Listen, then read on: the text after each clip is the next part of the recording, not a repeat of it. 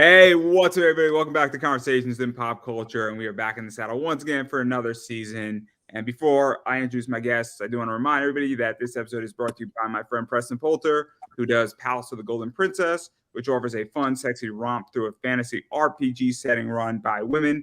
Issue 3 launches soon on Kickstarter, and he's offering a free PDF of issue 1 for anybody who signs up for his email list at pocketjackcomics.com, so you can try it before you buy it. And that's pretty much all my sponsors for today. And I have with me Dustin Brunell and April Reyna. So welcome to the show. Hello. Hey, man, thanks for having us. No. I thoroughly enjoy hanging out with you. I think this is the third time that we've done something like this. I think me and April, this is the second time. And I like what you guys do at Ethereal Press and Productions and everything that's going on with them and your 24 books that are coming out this year alone. Yeah. That's not an exaggeration. I think we'll be at 24 at the end of the year. And so obviously I thoroughly enjoy it. And I know that you had a bunch of stuff that just hit. I know that a bunch of stuff just ended. I also know something is coming up, I think in 2 weeks, a very Ethereal Halloween. And so what's going on with everything? Because I think that's the best place to start, because you guys have a lot of shit going on. It's that shit around us. If April wasn't around, I would lose my gourd. Like, it would just roll right the fuck off. Everybody get good email. Yeah, everybody gets good emails. So we just had There Be Shadows. The pre-orders for that just ended. Really excited about that. Donnie is a monster. It's a really, really cool book. It's like my own take on old school fairy tales. Your Peter Pan and your Little Mermaid and all that jazz. With that ethereal spice. That being said, it's definitely not for your children. I would not buy that for them. And we also just had Cretaceous pre-orders ended. Yeah. We just ended those, which was also super, super fun. Great book. Brian did the interiors for that book. And I'm going to say this as kindly as I can. If you're a fan of Hellboy at all, you need to pick up Cretaceous. I mean, the artwork is... I couldn't believe it. I had to do a double take when I looked at it. I was like, holy crap. Beautiful, beautiful stuff. And then we've got April's book going live on Friday, her art book, Old Mermaid. And I'll let her tell you about it. It's very exciting. I decided to do a 20-page artist prompt for Mermaid, and just finally got finished with it. So it's actually ready to go to print. It's just, who wants it? Yeah, we'll put it up on Kickstarter and see. And so this will be my second installation of Mermaid. It'll have about 24 to 28 pages of mermaid art on the inside. Just depends on what people want. Following that, I'll be doing Junicorn. I'm about a third of the way through those prompts, and I'm hoping to get this done before Kinktober goes live, because that is an annual experience. Carnival right there. If I didn't have so much fun with it, I wouldn't do it as frequently. I love it. It's great. It is the only book that can make my face turn red. That's saying something. Yeah, it is definitely saying something. For those that don't know what Kinktober is, it's my excuse to do anatomy studies, wink, wink, nudge, nudge, on an annual basis. And I have noticed that some people get very nervous about asking for adult art. And I am impressed with how excited and liberal people get with their requests, and so I find it to be a big community builder every time I do it, so it becomes very fun. But I only do it once a year. I know, right? Oh man, it is literally... I can tell you, she has her own huge fan base for that particular event, just for the event. And it's amazing. I love all the different prompts she gets. Oh, most of them. Oh my gosh. I love most of them. Of the prompts are pretty awesome. Some of them are terrifying. Oh my gosh. Oh, but yeah. It's really cool. It's funny that you bring that up because I had Chris Madd on, and I know that love Chris. He's a member of Ethereal. Love Chris. And we were speaking about how he gets some weird stuff and how people like sort of push the line with, I guess, some adult material, and it's very rare that he's sort of shocked and he's no doing stuff, but like it is interesting how some people feel weird about asking and some people don't have a problem. And so what is that like? Because to kind of have an excuse to say, hey, this is the month to do it, I would imagine that people feel safer. I don't know how to explain that any other way off the top of my head. But like, it's destigmatized is a good word to use. Obviously, I keep everything as discreet as I possibly can, and of course, I'll do like censoring kind of things whenever I post things online. But it is, I don't know. It started out as just something for fun, and then I had an outpour. I'm not even kidding, an absolute outpour of people saying, you have to turn this into a book. Will you turn this into a book? Where can I find a copy of all of these? Because obviously I can afford only one or two of them at a time, but I love every single one of them. And I'm like, oh my gosh, that's amazing. I don't know. It was my first time ever trying to put something on a Kickstarter platform, and that was 3 years ago. This is pre-Ethereal. And so I I put it together and accidentally launched it. But I didn't have any pictures. I didn't know how to put pictures on, and it funded in like less than an hour. And I was like, oh my God, what am I doing? So I had friends that were coaching me through the process of like loading, imagery and telling more about the story and helping it be more successful. But at the end of it, I was like, that was a rush. That was like driving for the first time. That was like, getting your first apartment kind of thing. It was a rush. And I had so much fun doing the art. I think so often a lot of the comic artists wind up feeling like they've been pigeonholed into drawing just Wonder Woman, just Harley Quinn, just Batman, just to get sales. And this was the first experience I had, like a real experience, not just, oh, I'm going to tinker with mermaids. Oh, I'm going to tinker with fairies and see where we go. No, this was like a full on delve right on in, absolutely zero copyrighted character knockoff anything. It was all art, and it felt good. And I was like, well, let's try it again. So I went back and did it a second time. And I, the first time I wound up with like 50 pieces of art because I don't know how to say no. And then the second time we had a 54-page book again.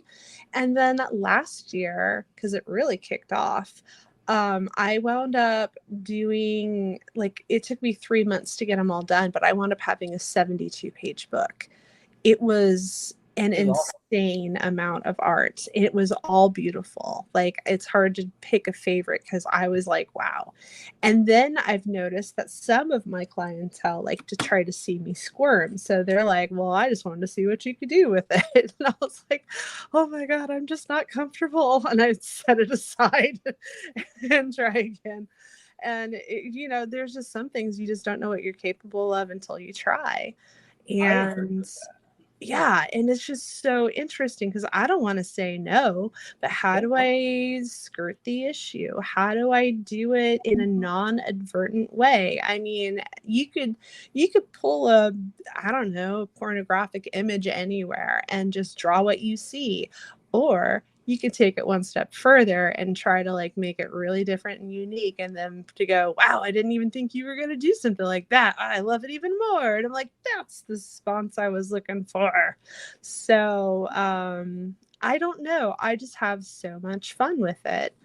And I think the fans give you that though. Yeah. Really, like with Ethereal, when we had like I remember in the third issue of BGD, or it was the second issue of BGD, we said that I was joking with a couple people on a live show that caught me off guard, Andrew, and not many people catch me off guard. And I was very caught off guard. They were like, you show all these beautiful female characters naked. Where are the male characters? And I was like, I don't have a problem with that. I just wasn't prepared for it. You know what I mean? And so we did a Release the Lizard variant for BGD issue 3.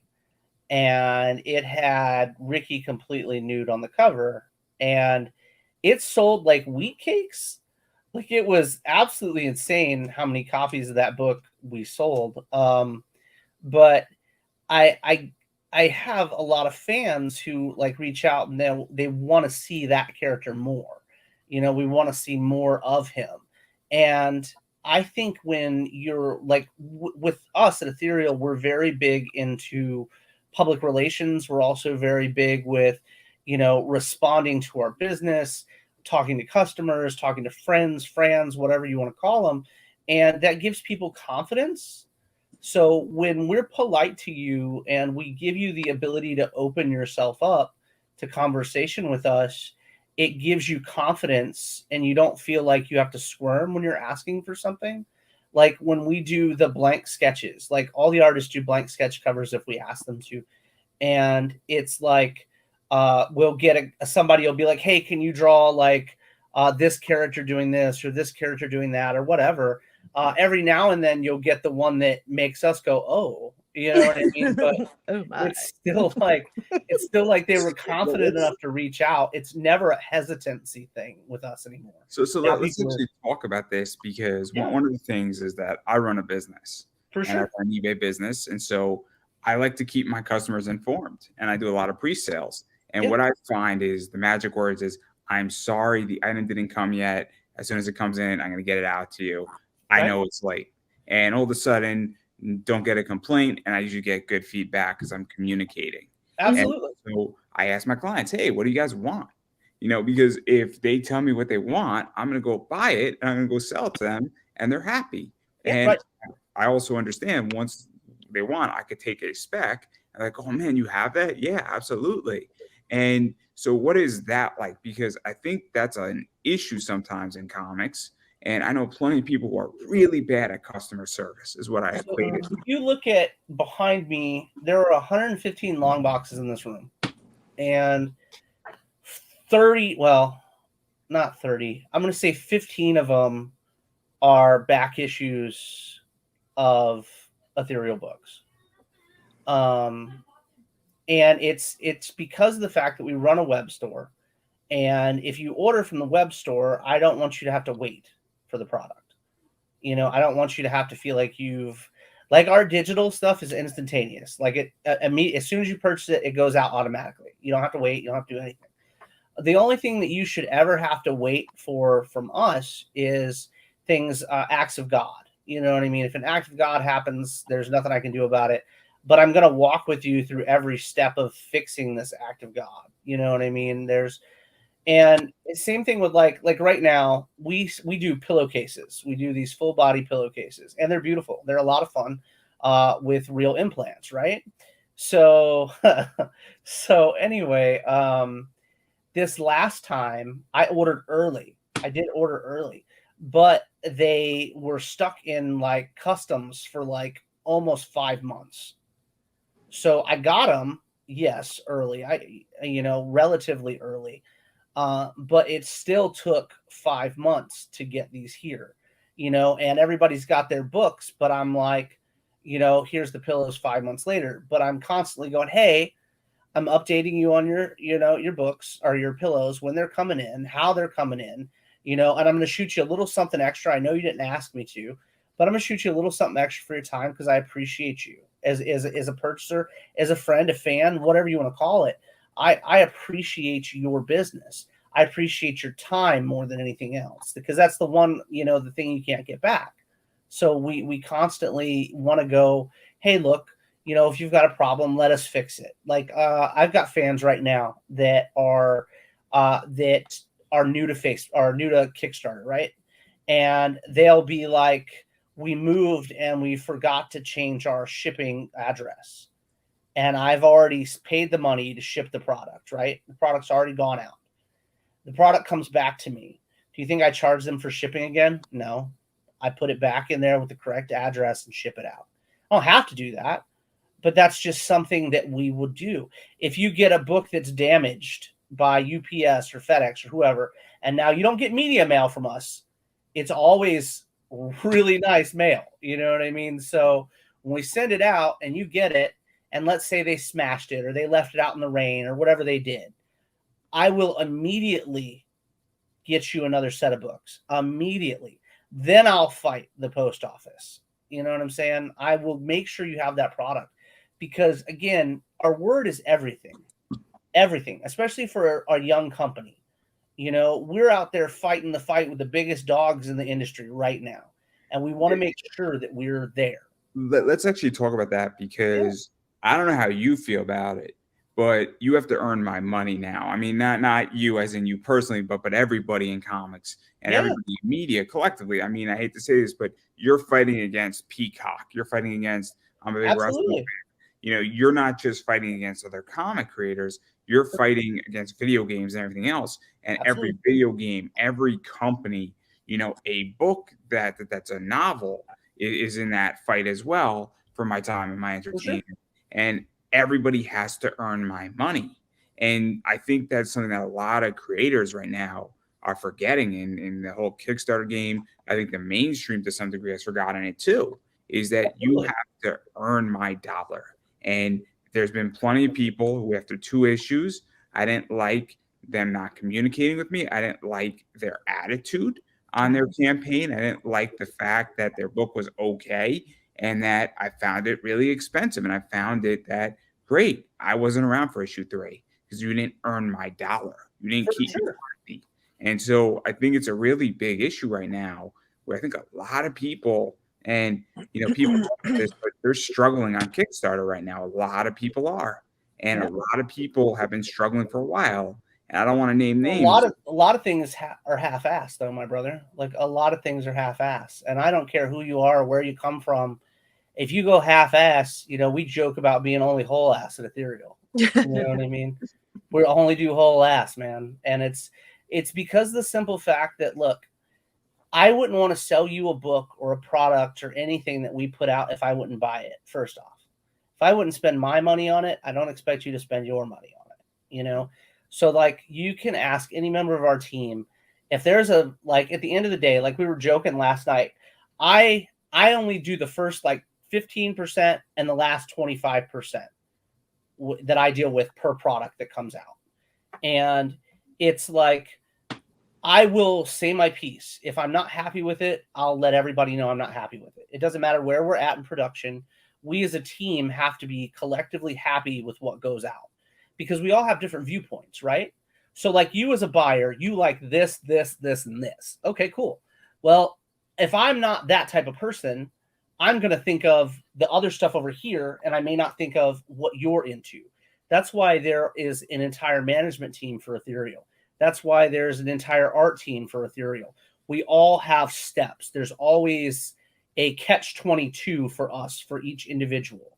You know, like I said, when you go into a book and like a lot of people have made the mistake of going into Kickstarter having that mentality that they were told their art is great. They've been told all their life their art was great. That may not be true. You know what I mean? It may not be true. So a lot of those things are people that are complaining that they're not doing well because they still have that mentality. You know what I mean? That, you know, my mom, my uncle said my art's great. It could be, but maybe it's not, you know, and that affects people. That affects your purchases. That affects how people view your product. You know, or you try to be cheap. You're gonna go cheap on this. You're gonna go cheap on your printing, or you're gonna go cheap on your lettering because you don't think those are important things. Or cheap on your shipping. yeah, or cheap on your fucking shipping. What? It's just, but these are such important aspects. Important aspects. Because there are people that are like, so you got audio files for music and sound. Man, there are people like that for comic books all day long. And if you go in half-ass, people are going to tear you up, bro. They're going to tear you the fuck up, you know. And then you're going to be like those dudes on these live shows all the time that are wondering why their books aren't selling. There's a million reasons why your books aren't selling. There's a million reasons, you know. You get the guys that are overconfident. You get the guys that don't want to do enough. You get, you know, guys, gals, whatever. It doesn't matter who you are. You have to give it everything you have all the time. This job, I ask April, we're on the phone with people at 1, 2 o'clock in the morning. It's never ending. There is no downtime. There is no, and I think one thing that I've learned over the past 3 years, it's also not for the faint of heart.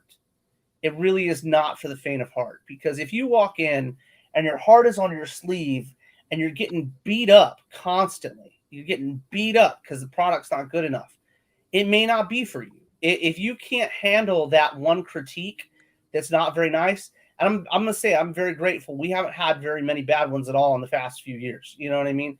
The ones we got were just ignorant ones talking bad about the fact that one of our main characters was a rabbit. You know what I mean? That was just ignorant as fuck.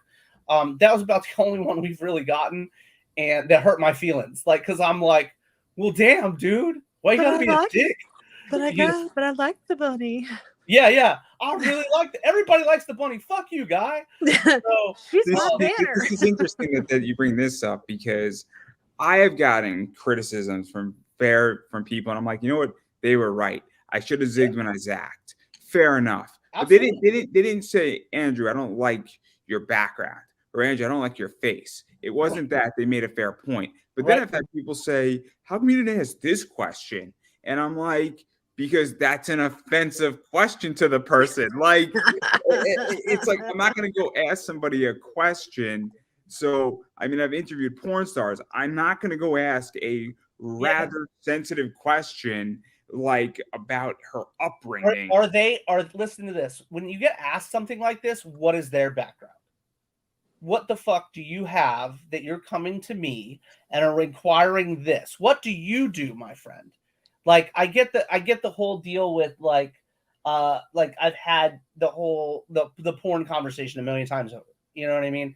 And it's like, but what do you do though?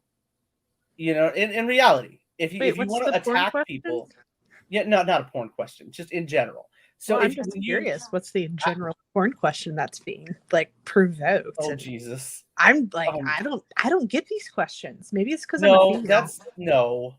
The thing with a lot of this stuff, again, though, is you get, you know, when you're going into an industry like music, right? I always compare comics to music, because I've never needed to be the lead singer of my own band.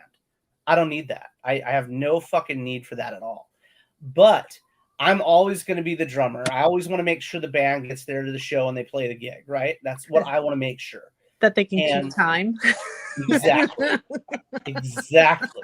So, but there's a huge correlation between the two that people don't think about. How hard is it to become an actor? Like a successful actor? How hard is it to become a successful musician? You know? And then you get Kickstarter makes it so 1 million people can come on and show their product off. You doesn't mean you're going to sell your product. You said a quote to me, and it has stuck with me. And I don't know if you remember the quote, but it was something like this, and you might correct me a little bit. You said there's a lot of people making comics, very few are professionals. There's a lot of podcasters out there. There's very few are professionals. There's very few who are running shows and are consistent. And it's a problem. And I'm not talking about money. Money and being professional are two separate categories. Absolutely. They can be together. They could be separate. They could be however you want to be. They could be crossing each other left and right.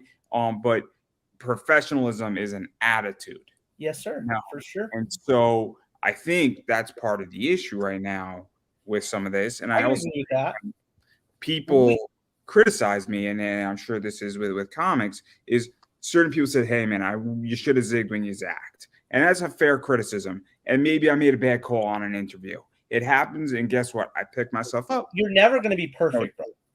Ever. None of us. I had 100%. one perfect interview. I had one. It was perfect from the start to the bottom. It was. I mean in general. I just mean in general. We're never all going to make the right decisions all the time. There are plenty of times when April or Bladen has to be like, hey, Dustin, maybe we try this. And even if it doesn't work, right? Even if it doesn't work, we try. You know, even if it doesn't work, we still pick ourselves up, we dust ourselves off, and we go to the next idea. You know, there's always, you have, like, I'm very serious about that quote that you just made. It's real talk with any industry. You know, when you walk into a place and we go to a show, right? Let's say we go to a show. We went to a show a year and a half ago, April and I, and everyone knew who we were. They knew who we were, they knew who Tom was, and they knew Mike DeBalfo. Okay? But they didn't know 30 of the other people that were there. You know what I'm saying? It's not about making money all the time. It's about how you treat people and the respect you carry. So, yes, I'll never forget the guy that ran up and was like, hey, you do the naked dinosaur chicks. That's how the conversation started. He grabbed me by my arm, spun me around, little teeny kid, and was like, you do the naked dinosaur chicks. We want to get into comic books. And I was like, oh, man. You know what I mean? This is not the place, not the time. I appreciate your excitement. Holler at me through an email in a couple weeks. You know what I mean? I'm about it. But it's one of those things where now, being about 3 years in this industry, if you came to me and told me you were going to do it, I'd tell you not to. I honestly, with all my heart, would tell you not to. And it's not because I don't want to see people succeed. It's the exact opposite of that. Because when you succeed in this industry, it's lightning in a bottle. It really is lightning in a bottle. And you get all these cats that want to come in, they want to drop their time, they want to drop their money because they have a love for it. And I love that love for it. I respect it more than anything in the world. But I'll say this, if I didn't have the team, if I didn't have the support system or anything like that, I wouldn't be successful at all. I would be by myself on an island trying to be relevant. And I wouldn't be. You know, I really would not. I had one good book out and had a fan base, but as soon as we started growing and we did Babes Going Dinosaurs, it was done. You know, then it was If It Hops, done. And these are amazing projects because of all the people that work on them. Bro, you don't have 2 people that work on my books. There's like 8 people involved on every book that goes out. And that's something because, again, you and you have your eyes on this. And you can be like, hey, look, the anatomy is wrong here. You can be like, look here, that light is out. Hey, look, the color doesn't work. Something's going to be caught by someone. See, this is interesting because I am a sole proprietor in my business, but I also run it through eBay and I hire help to ship out things. Right. Beyond that, though, you know, it's like TaskRabbit it is what I do, but it works. And I'm the CIO and I love it that way. And I just went through a pretty massive expansion and I'm learning a very valuable lesson that when you go through a $25,000 to $35,000 expansion, a lot of shit happens and a lot of problems arise and waters were tested. And believe me, there were plenty of sleepless nights during 6 months. And I was speaking with somebody and he said, it's a good problem to have because I got through it, but it's not a good problem that I wanted because I could have broke the business. And I don't think people understand it. It's such a weird thing to say. Well, we all live through that. I'm going to tell you now, brother. It doesn't matter what you do. If you run a business, you all have the sleepless nights. You all have the terrified moments. I was not expecting it. And it was, I thought that I was ready for this. And I'm glad I did it. Don't get me wrong. But you said it really well, where I would never tell anybody to do what I did. I would never tell anybody to do what I did, to go through such a massive expansion and seize it in the last 6 months, because that was not the right thing to do. Doing it slower. Again, lightning in a bottle. You know what I'm saying? It doesn't work for everyone. The same thing you did, like we get a lot of how'd you do it? How'd you make this happen? Or how'd you make that happen? And I'm going to say it's a lot of love and hard work. That's what I'm going to say, between groups of people, you know, and what it comes down to is there's no like directions that I could write down for you and make you succeed. You know, that's just never going to be possible. And I have moments where I'm like, oh my God, you know, we have these moments where it's like, holy shit. Like I'll call April and be like, oh my God, I don't know what I'm doing right this second. Can you talk me off the ledge? You know, and it's literally because that's what it takes to run a business. If it was easy, everyone would do it. And I don't look at comic books like a typical business. I look at it as a team effort. And there's a concept, like if you look at Marvel, right? You look at old school Marvel, because I know we don't like talking about Marvel live. So we're old school Marvel or DC. Fuck it. Let's go DC. Look at old school DC, right? And even better, Image and Top Cow. Okay, Image and Top Cow. You have these cats that all left companies for the same reasons. They all left companies for the same types of problems they were having in the same fucking places. Okay, so they come together as a team. They all come together and they all bring something to the table. And that's the difference. That's why the company is lasting. That's why, you know what? I'm a Dark Horse fan through and through. But, you know, that's the reason the company didn't last. You know, it lasted its time. But when you start losing the IPs, you have to make your own. You know, Dark Horse survived off a few IPs. You know, same thing with IDW, surviving off a few IPs that other people made. Now, if you get a team together like Image and Top Cow did, and you bring your own IPs out, and your IPs are solid, like you got good ideas, but they're not just your ideas. You listen to this guy, this gal, that person, this da-da-da-da, so on and so forth. You know, like every book that comes out gets scrutinized by numerous members of my team, I promise. Like every single one of them. And it's one of these things where I know that I do better every book. I do better. And it's something I take a lot of pride in. But when you sit down and you talk numbers with people, they all tell you this. They want to get up there. It's all about money. And we're not. We're not all about money. We need to exist. We need to live. I also think that a lot of people don't understand the concept of hardening an asset. Oh, for sure. And so I don't make money in comics. I have a business and I take money out of my business and I buy other assets with it.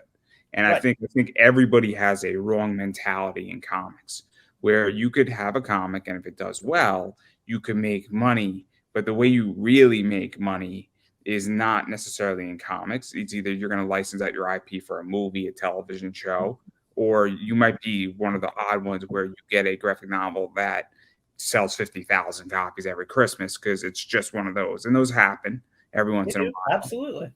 But the likelihood of it happening, I'm not saying it won't happen, it's hard. It's hard for sure. for that to happen. But the way people make real money in the world collectively is that they have a business and then they invest. And I think a lot of people don't want to have that conversation. And I think they're stuck in a position where they're like, I want to make $1 million selling my comic book. And I don't think that people can necessarily evolve out of that. I would agree to that to a degree.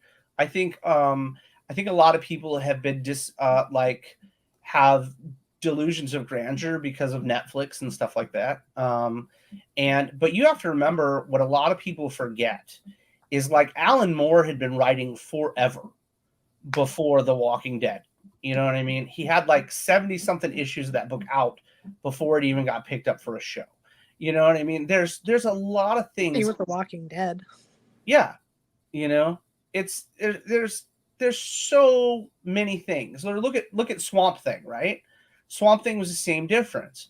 Amazing product, but it had been around forever before it was made into a live action show. Look at Moon Knight. I mean, Moon Knight's a great example where that book was dog shit forever. It really was. Like, I couldn't get rid of that book for ages. Like I could not until your speculative market walked in and was like, now we need to buy it because it's going to have a TV show. They do that with a lot of bullshit. Miss Marvel, fuck off. You know, I mean, you know my Ultimate Fallout 4 story, right? So I'm on the East Coast and I was in New York a while back, and now I live in Connecticut. And so I'm going to Midtown Comics in New York City on Free Comic Book Day. Right. What book are they giving out for free? First editions of Ultimate Fallout 4 in the poly bags. And they're just giving them out for free because they couldn't get rid of them. Now that book's like a $300-$400 book. And they were giving it out for free on Free Comic Book Day. I couldn't get rid of it either for years. I couldn't get rid of it. It wasn't until the Into the Spider-Verse came out, the first one, that book meant something. And now, you know, everybody wants the book, and there's a lot of copies now of Miles is fucking everywhere. Now, you know, Spider-Gwen is everywhere. You know, but that being aside, in the indie side of things, look at Sweet Tooth. Okay, Sweet Tooth was a cool concept. It was a cool concept. I don't think it was executed well, but it was a very cool concept. And again, that was an indie book. You know what I mean? Look at what is it? The Ice Cream Man. You know what I mean? All these little books that no one's heard of. Look at are coming out. Happy's a good one. Happy. Yeah, exactly. You know, there's it's silly how the get rich quick scheme works. You know what I mean? Well, like you said, it's all about investing. Like if you ask April, every dime that Ethereal makes basically gets rolled back into Ethereal. Like we invest in our own success. And I think that's important because a lot of people will be like, oh man, I just made, you know, more money than I've ever made before, right? In a month. So you make that more money, and then all of a sudden you're out doing shit you shouldn't be doing with it. Like my ass is like, hey, look, I paid the mortgage and I paid all the artists. I'm glad my wife works too. You know what I mean? It's like, but that's what it takes. It takes pockets to make comics. And a lot of people don't understand that either. They come out and they're like, oh, I did a great book. And you're like, yeah, cool. It was great. Who's on it? Who's in it? Who worked with it? You know what I mean? And I think that's such an important thing that people don't even talk about, because the indie scene, they want to come in. Again, Kickstarter gave people an avenue to make money. That's what it did. It gave people the avenue. And when you come into this avenue, though, and you're nobody, which we've learned, we all did it. So you come into this avenue as nobody. But I owned a shop before. I worked in this industry. I knew people. You know, I had people that wanted to work on my books. You know what I'm saying? Every book we've put out has had banging people work on it, whether people knew who we were or not, you know, and that's something that, yes, it costs money, but I wouldn't trade it in the world, you know, for anything else. Because look at success is all about breeding it. You know what I mean? When you come in and you're like, I won once. Cool, man. You won once. You know what I mean? How are you going to win twice? Where's the third win coming from? What do you got for number 4? You know, we're over here going, we're working on, we've got like the whole year booked for the rest of this year, plus the beginning of next year. Where's your short-term goals at, bro? You know what I mean? How much money do you need to make before this date to get to where you want to be? And I don't think people look at it like that. I think they come out, they put their stuff together, and that's not everybody. It's the get-rich-quick folks. They have an expectation. They're like, I'm going to be the man or the woman or what the fuck ever. You know, they're going to do it. And you're like, cool, look, I want to see it. Hey, man, I'm a student of the craft. Teach me, you know? So they come out and they put out their book and they're not happy with it. It doesn't do well. Did you expect it to? Yes. Right? You come out and you're just like, aha, my dick's bigger than yours. You know? And I'm just like, cool, man. Let's see it. You know? Whip that beast out. Show me how much better you are than me. You know, because we get those conversations and it's weird. Like you'll get artists that have never been published and they'll be like, I can do better than Chris Mad. And you're like, fuck off. Now I'm all of a sudden very interested. I can't wait to see their portfolio. Oh my God, right? I laugh. I'm like, sure you can. Or they're like, I'm going to tell you how to better your business. And I'm like, okay, well, what are your credentials? What have you got that I can grow from? You know? Well, I haven't really published anything, but you're going to teach us. Well, yes. And I have to pay you. Yes. Fuck you, guy. You know, and that's a sad thing, because when you get into this industry, there are vultures everywhere. Every fucking where in this industry. and they will take you for your money. They will take you for your time. Don't rely on other motherfuckers. Go out and do your shit. If it doesn't work, don't stay, because you'll just keep throwing money at a wall. You know what I mean? Don't stay. Make your attempt. It took me for those who know, it took me almost 10 years to get to this point. Yep. I've been doing this since I was in college, and it took me 10 years to figure out how to effectively run my business. I never failed. I don't consider it a failure but I wasn't doing it efficiently and effectively. Sure. And people don't understand. And when I say to somebody, hey, I see your business, I could help you, I'm not even charging. I'm saying, hey, here's my advice if you want it. Nobody ever takes my advice for free. Nobody ever takes my advice. And I'm like, I've been doing this. It took me 10 years, and I could save you hundreds of thousands of hours. If we're in a 40-minute conversation, it's going to cost you 40 minutes. And nobody ever takes my advice, and nobody ever takes a phone call from me. And it's weird. It's weird, but like there's this one guy, and he found a Usagi Jumbo book. Yeah. In the house he bought. That's an $18,000 book if it's like a 9.6. And so he found it, and What was that book called? It wasn't Usagi Yojimbo when he started. It was another book. What was the name of that book? Oh man, it's it's very obscure. I think the guy had like the third one, which is the third issue, which is a super rare one also. Yeah.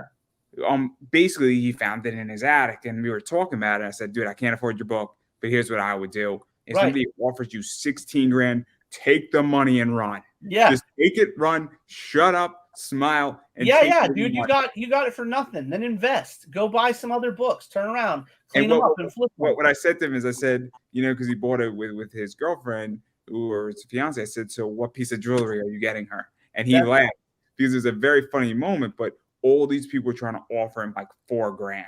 And I was like, this is a disaster waiting to happen, where I know the value of that book, but like, I agree. There's a lot of predators. Predators exist, man. They're really relevant in the industry right now, and it's a shame, again, because they're not relevant in the indie industry. They're relevant in the Kickstarter industry, is what they're relevant in, and the marketing, the pyramid stuff, it's gross. Fulfillment. Yeah, it's so gross. And I think that the sad thing is, when you come into this, you have no clue. You're like a newborn colt, right? You're trying to figure out how to walk, and you're stumbling and you're falling, and you think people have your best interest in mind. They really don't. They don't give a shit about you. They're all out for themselves. And that's cool, because we figured it out, right? Like, we learned, we went with it, and then we're like, okay, cool. Look, you got me for like $3 grand. You're not going to get me anymore. So I was fortunate enough that I've been around. I've been around for so long that, and I interview so many people that I could be like, hey, is this person legit? Yeah. I am, because I've been doing this for 10 years interviewing, and I know a lot of people. I'm like, what's the deal with this person? And I would just ask somebody, and people have asked me, and I've advised people, say, stay the fuck away. Yeah. Save yourself. Run now. Yeah, no, for sure. I think that the industry is a lot of fun. Like, we're about to do, and when I say the industry, I do mean the people that are in it.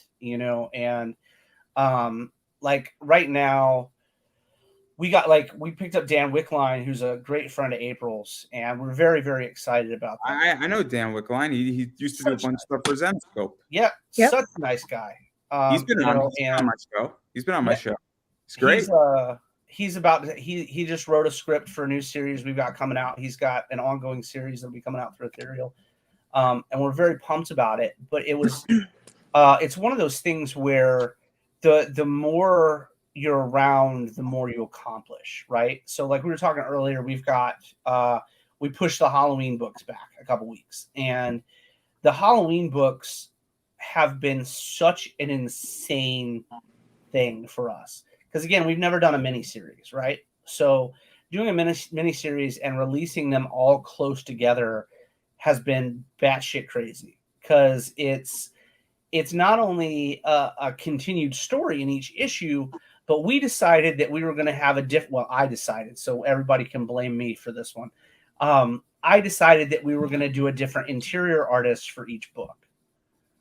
So you have the same colorist, different interior artists throughout each issue, and it was a lot of fun to see come together. Like it was a ton of fun. Let's actually talk about this because I'm a little confused, which means somebody is also going to be watching this. Absolutely. So I'm going to ask something that might seem stupid, and if I'm the only one who's confused, I apologize to everybody advancedly. What exactly is this series? Because I know it's 3 separate issues. Yep. And I think, is it one issue's releasing and then 3 or 4 weeks later, another one's releasing? And then that's how we're doing it. So normally we do 2 books a month. So instead of doing what we would normally do, we'd have a different book behind the following book. We're actually running this Halloween thing together. Because it was just so much fun to put together. Like we all had a really good time with it. And then all of a sudden it was like, we started getting covers in for it and they're all batshit. Like all of them are crazy. And so what we did was we created a world with outside of Ethereal with all of our characters. So like anybody that's in an Ethereal book can show up for a holiday special. You know, it's like Dragon Ball GT. Absolutely loved GT. Oh my god, GT was great. GT was a blast to watch. It was so much when we were kids. Like when it came out, it was so good. I mean, how old are you? Because I don't think it's offensive to ask. Because I'm 30. Yeah, so I remember it. Oh well, I'm fucking 38. So anyway, so the whole deal with having all the characters in was fun because we could have different types of interactions. Like we have a ton of fans, and our fans write their own fanfics, right, for our characters and stuff. And it's like, you know, my daughter calls it shipping. Okay, I'm learning about language now. So everybody wants to ship this character with this character, and that means they like that character or some shenanigans like that. So like I can go into this world outside of the worlds and play around with the characters in ways that we would normally not use them, you know. But it is a ethereal book, so it is action packed. It is very gory. It is very intense and super fun.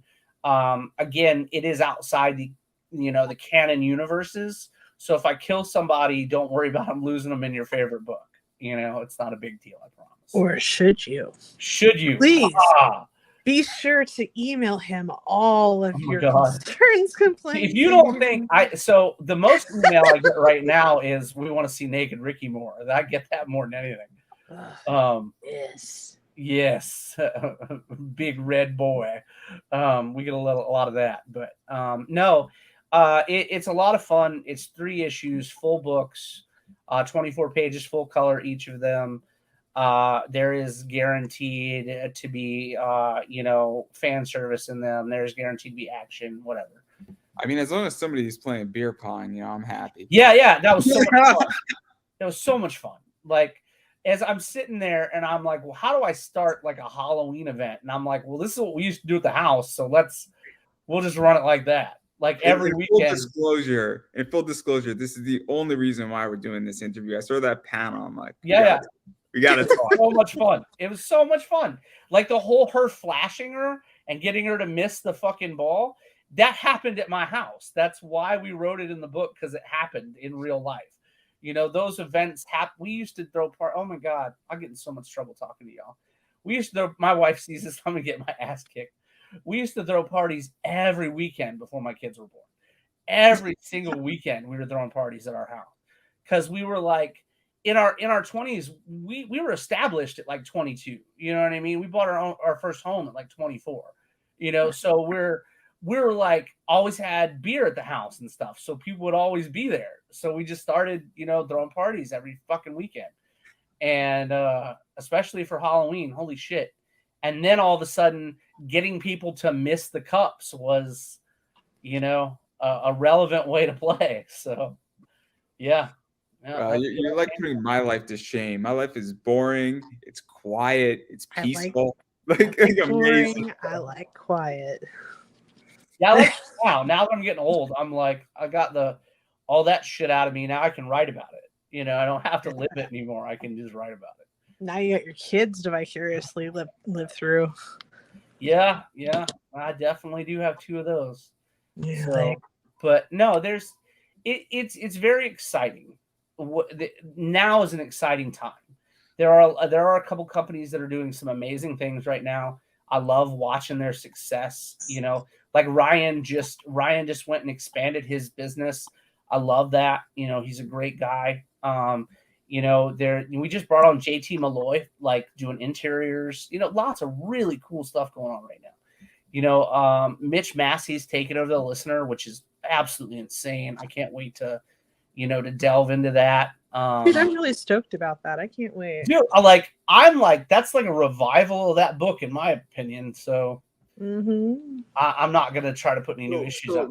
Let's actually dive into this book a little bit. So is the first issue coming out in 2.5 weeks? Yeah, we're doing all our best to get it out. As soon as we get the okay, we're going to hit the button. It doesn't matter what day it is. We'll let everybody know we're going to hit the button, and we'll hit the button for pre-orders. And then are you then? So that's going to be the first issue, and then are you going to be doing the second issue in September? The next issue will be 2 weeks later on our other account. So you know why I'm asking, because this is a little untraditional. It's very different from what we normally do, for sure. And I'm a little bit confused on it. That's why I want clarification. So you'll get issue 1, then issue 2 will drop. Then we're going to take a break and we're going to drop There Be Shadows. No, Where They Dwell. My B. April's got me. See, like I said, my head would roll. Where They Dwell. And I wanted to drop Where They Dwell before Halloween just because of what the book is about. So I wanted to make sure that we got it out before Halloween. And then the third issue for the miniseries will drop. So you've got 1, 2, space, then 3. Because again, a little confusing, and I cannot be the only one. If I am, you're so good. You're so good. We haven't even really talked about it outside of issue 1. You know what I mean? So there's the cool thing is, again, the really, really cool thing is we let all the artists go ham for the covers. They're beautiful. They're absolutely beautiful. And we haven't even shown a third of them yet. So we're really, really happy with them. Now, real quick question. On the off chance that you miss one or the first one or the second one, but you get in on the third one, will you be having the first 2 as add-ons available? Absolutely. Okay. Like if you miss issue 1 and you jump on issue 2, you'll be able to grab issue 1. If you miss issue 1 and 2, you'll be able to grab 1 and 2 on the third campaign. If you miss issues, just 2, you'll be able to grab 2. If you miss just 1, you'll be able to grab 1. You know what I mean? I don't want anyone to miss out on this because I shit you not, I had so much fun writing this book that it was ridiculous. Like, it was stupid. Like, it was just fun. And I think people, our fans, will have a really good time with it because I did recognize their fan fictions and their opinions and their thoughts about the characters. So I think that's really cool. So let's actually even dive into this because I think it's interesting when people get to play with alternative worlds. Yeah, I love alternative worlds building. For sure. Other people have done it. I think it's really clever. I think it's a fun way how to do things that normally wouldn't happen. And I really like it. My favorite thing that's ever happened in comics is Ruby Justice League. Oh yeah, I think it's just a fun book. I don't think it's DC's best product, but I think it is what a comic book should be. Yep. And they've done like animation stuff with it, and I love it. I love every aspect of it, and I hope they continue it. And I think it's a real winner for DC because people love Ruby, people love the Justice League, and who doesn't want Superman and Ruby Rose hanging out and fighting crime? I mean, it's a blast. It's a blast. So to me, that is not canon in any way. And that's what makes it fun. Because guess what? You could do things with characters that don't exist. And what is this like? Because now you have a whole alternative world being built where a bunch of characters who don't have anything to do with each other and are not in the same universes or on opposite sides are in the same room. And who knows what could happen. And it creates a whole, I guess, it kind of creates DC Black for you in certain ways. It does. So we treat it as these characters have known each other for years. And then when we add a new character, like say Valentine's Day next year, if we release another one, I think we're doing something else. But if we release another one of these like this for Valentine's Day, we would add the main character from There Be Shadows, or not There Be Shadows, sorry, Where They Dwell. You'd have, him come in and introduce himself, and maybe they meet him at the candy shop when they're buying a gift for a significant other, whatever, what have you. But we would introduce him to the actual continuity in that Elseworld type of book, but no, it's what we're doing with them is it's very more realistic than the comic books themselves. Like, you're not superheroes. You don't have any abilities. It's not really, these are all characters that are normal, everyday individuals, except they keep their figure. If it was a dinosaur chick, she stays a dinosaur chick. She's a bunny, she stays bunny. You know what I mean? And they all have normal jobs, and they work their regular jobs, and they just happen to be getting to hang out. We just happen to throw a serial killer into the mix with this. So, yeah, that's about where that's at. I just think it's smart, and I think a lot of people just don't know how to juice their characters and get every aspect out of it. So much fun. It'd be hilarious if the serial killer dressed up as Captain Crunch. It would be. I don't know that I could make that happen, but it would be. You think you're funny. I don't even eat that. Anyway, so no, the deal with the cool, like, being able to put them all together was super fun, because everybody's like, Eve and Maya are always around each other. They're always little touches in Babes, Gore, and Dinosaurs that we put in, like an accidental, like, touch of the hand, or we have these embarrassing moments in between the characters and stuff, and we show real affection. And people are like, oh, well, they're together. They're definitely together. And so I play with that a little bit in the Elseworlds book. You know what I mean? Because people expect that. That's what they want to see. They want to see these two characters interact, and there's like but who would Ricky, be with, or who would so-and-so be with?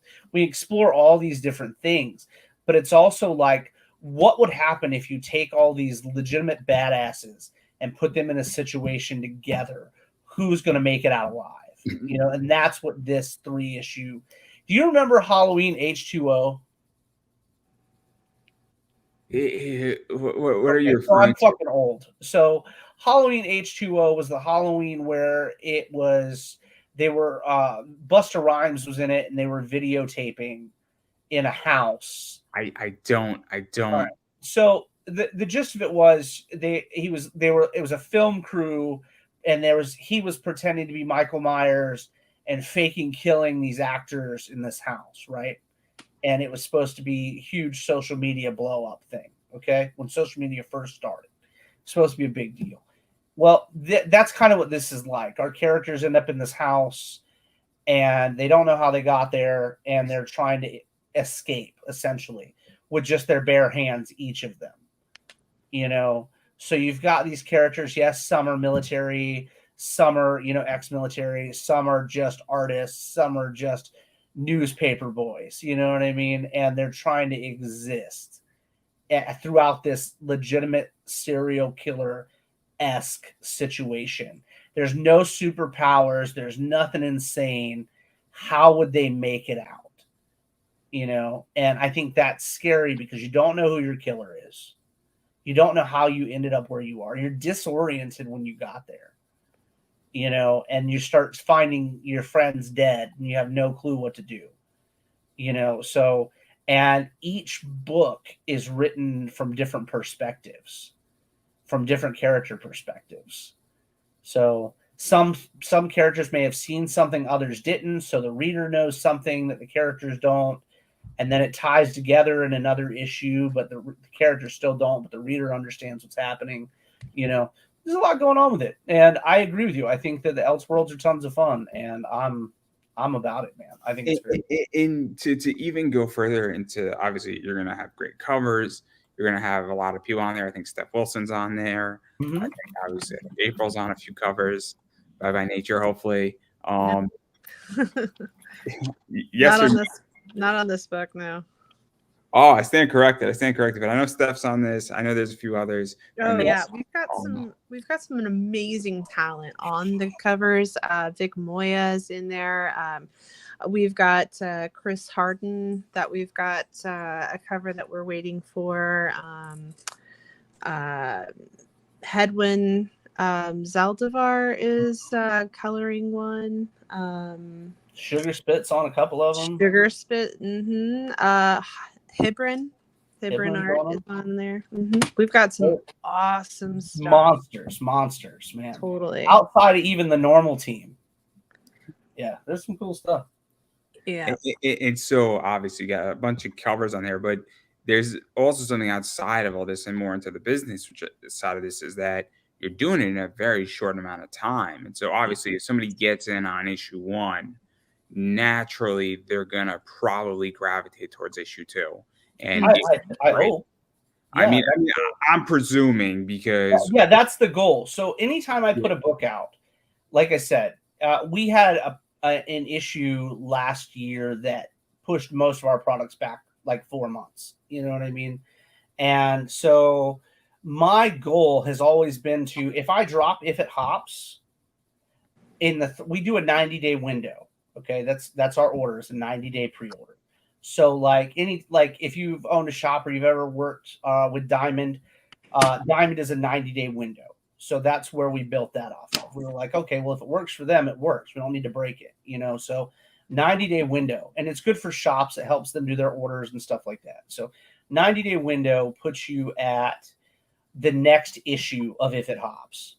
So you're receiving this issue as the new pre-order drops. So now it's in your head and you're reading it and you're enjoying it.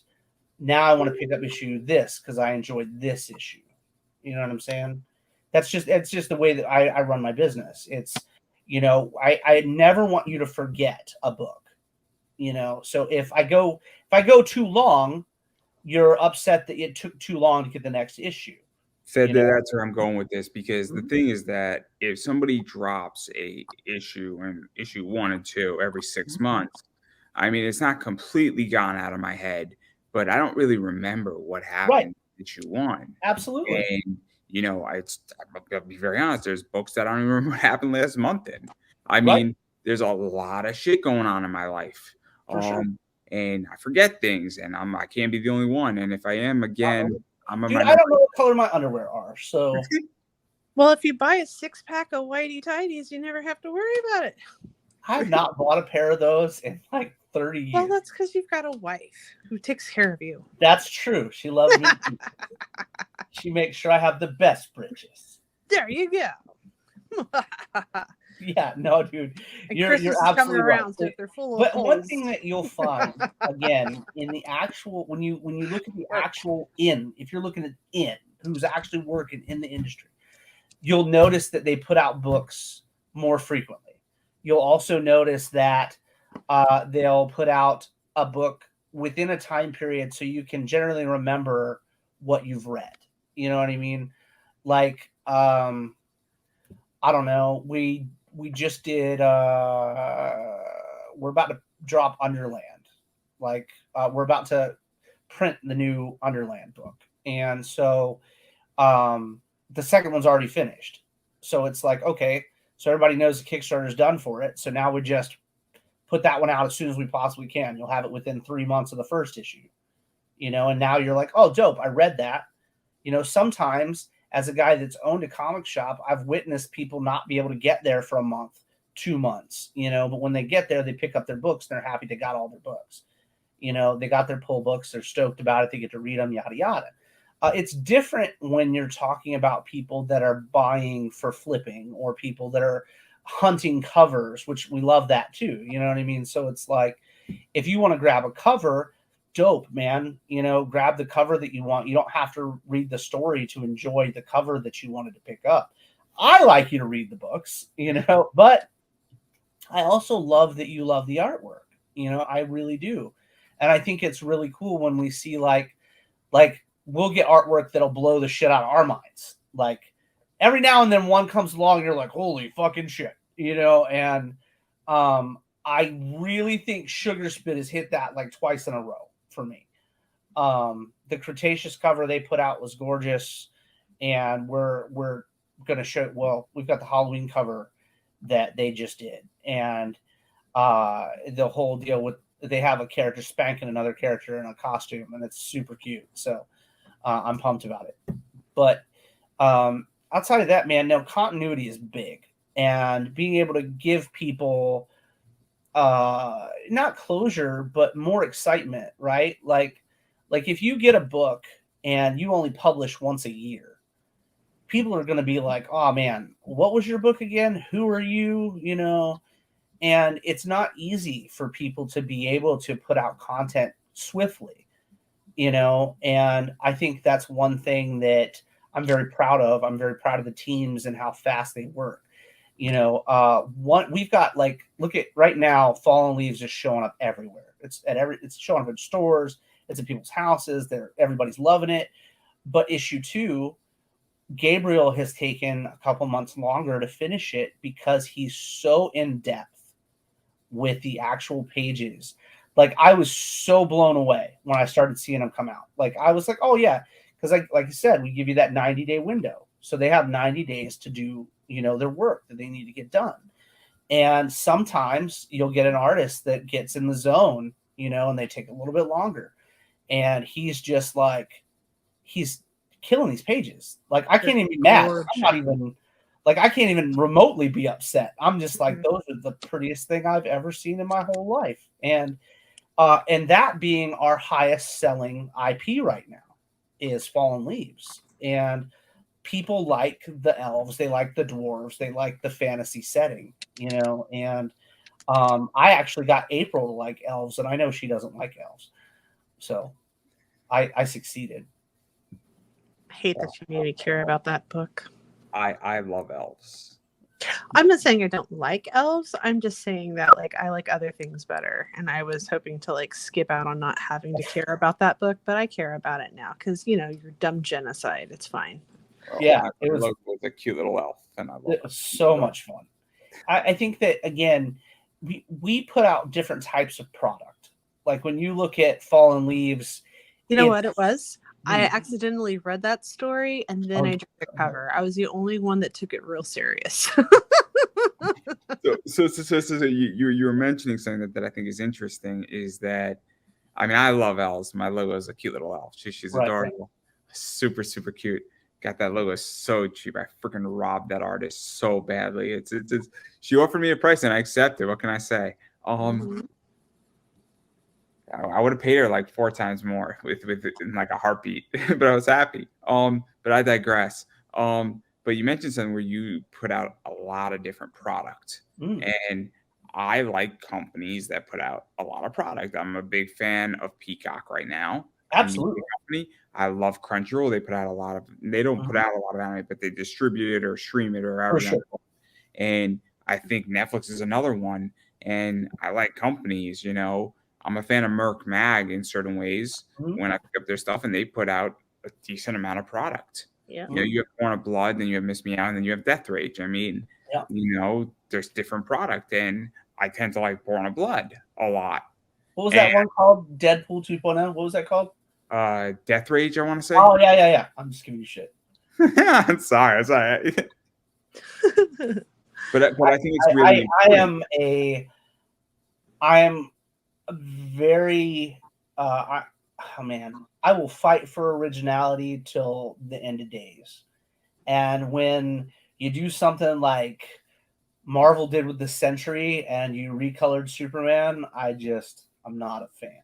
You know what I mean? So anyway, just me and a slight dig there. But I'll give you an example. So I couldn't get past, given my surgery, and it's a little raw, your book where the girl is like the cyborg mecha thing, that hit a little too close to home for me. A little too close for me. Yeah.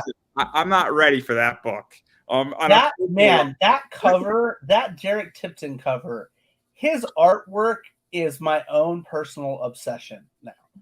That cover is just it's nothing against that cover and that book. It's just a little too close for me right now. You're a metal guy now. You're a robot guy.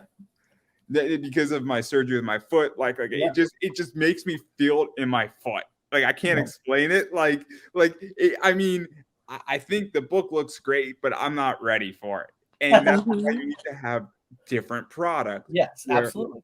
Frog Legs I can handle. I cannot handle that book right now. I am not mature enough, and I accept that as my fault. It's so much fun. They're almost done with the additional 6 pages, which I love. I love the 6 pages add-on. Not the add-on, but the stretch goal. I think that's one of my favorite things to do. Like, no bullshit. I really do. And everybody's like, well, you should save that and make more money doing that. And I was like, I have no interest in, again, it's the storytelling aspect of it. I don't want, I've never needed that additional yada yada to get me past. I really want to write this. So when you get to a point and you're like, man, we just broke the stretch goal, I get excited because I'm like, yeah, I'm not the guy going, oh, I've got to pay $400, $500 more to get that done. That's not what my mind is saying. My mind's going, man, I get to write, 6 additional pages. And it's been, man, it was so much fun for Frog Legs because, again, when you start a new series with a new art team, they're learning characters. They're learning, the art, how you want the art to be. They're working with our art director. They're working with April on colors. They're seeing things entirely differently than they've ever seen before.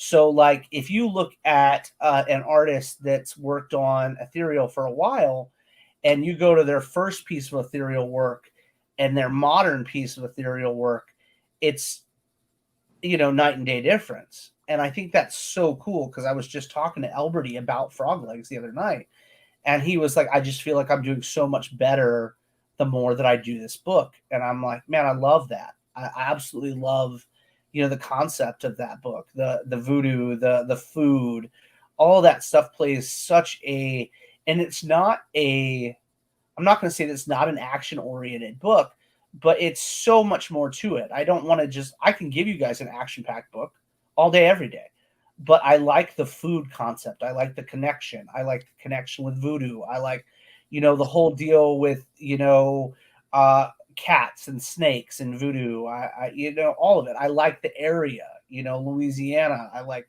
the bayou. I like being able to write in that area. And I also like the fact that Frog Legs is very sensual on like a not come hither, fuck me type of thing, but it's very sensual. Like the characters, their interactions and stuff are very. I use the word coy in a lot of ways. Right on. In which like the first 6 pages I think that we're on, that's the vibe I got between the 2 characters, for sure, the man and the woman. I found it a very coy, push and pull, a little bit going on, and some of that. Fun. I don't know if I'm dead on because I haven't read it yet. Yeah. No, it's very much like that. Celine is she is a very sweet character, but she's also the boss. You know what I mean? Celine is the boss, and Sebastian is a character that is coming into his own. He's just moved back home. He's opened his own restaurant. He's very excited, and this chick walks in the door that's like, hey, look, I need a job, and you're awesome, and I want to be a cook, whatever, a chef. And he's like, well, okay, well, you got to start doing with this. This is how we're going to start this, But she's also like, has this animal magnetism that he's just like overwhelmed by. And I used to criticize that style of writing. I really did. I used to be like really against it years and years ago because I'm a big anime fan and a big manga fan. And you see that a lot. You see the more timid male character toward the very aggressive female character. And I was like, man, I'm going to do that. That's what we're going to do with this. And so like he gets picked at a lot by a certain character that you guys will meet in the first issue. almost like belittled a lot, and he's like trying to figure it out. Eventually, you know, you start realizing that it's not a book about one character, it's a book about multiple characters. And you'll see their different perspectives and everything throughout the book. It is also the first time we've shown any kind of fornication in an Ethereal Blue Label book. So it's fun. But again, there's no like, it's not graphic. It's just insinuated what's occurring, you know, and it was a lot of fun. I think Sebastian's going to be a character that people like really grow with. And Celine's great because she can actually, you can find her in like 3 different books of ours. You know, you'll eventually see her in different places. So, and she's mysterious. She's almost like a title hop. Yeah, absolutely. She's almost like a raven. Fourth wall. You know, no, yeah, being able to put her in different books. I mean, Frog Legs is in the same world as Green and the Listener. So you can find her in you'll find her in different places. But she is almost like a raven for us. You know, she's that magical character that has their, you know, shadowy backstory. You can't really tell if they're a good guy or a bad guy, you know. But what she claims is hers. And that's fun to me, you know. So I think people really, really dig it as it's coming out. But I wish I could tell you that she's in the house with the serial killer, but I can, and she is. So a lot of fun with that character. So, and she also is in that continuity a follower of Wicca. So you'll get to see her, you know, some relevances there and whatnot. Fair enough. And then obviously I do want to back out because I know you got a lot of stuff going on. Obviously, we covered a lot of stuff, but I am curious more because you mentioned something about stretch goals, and I found that to be interesting.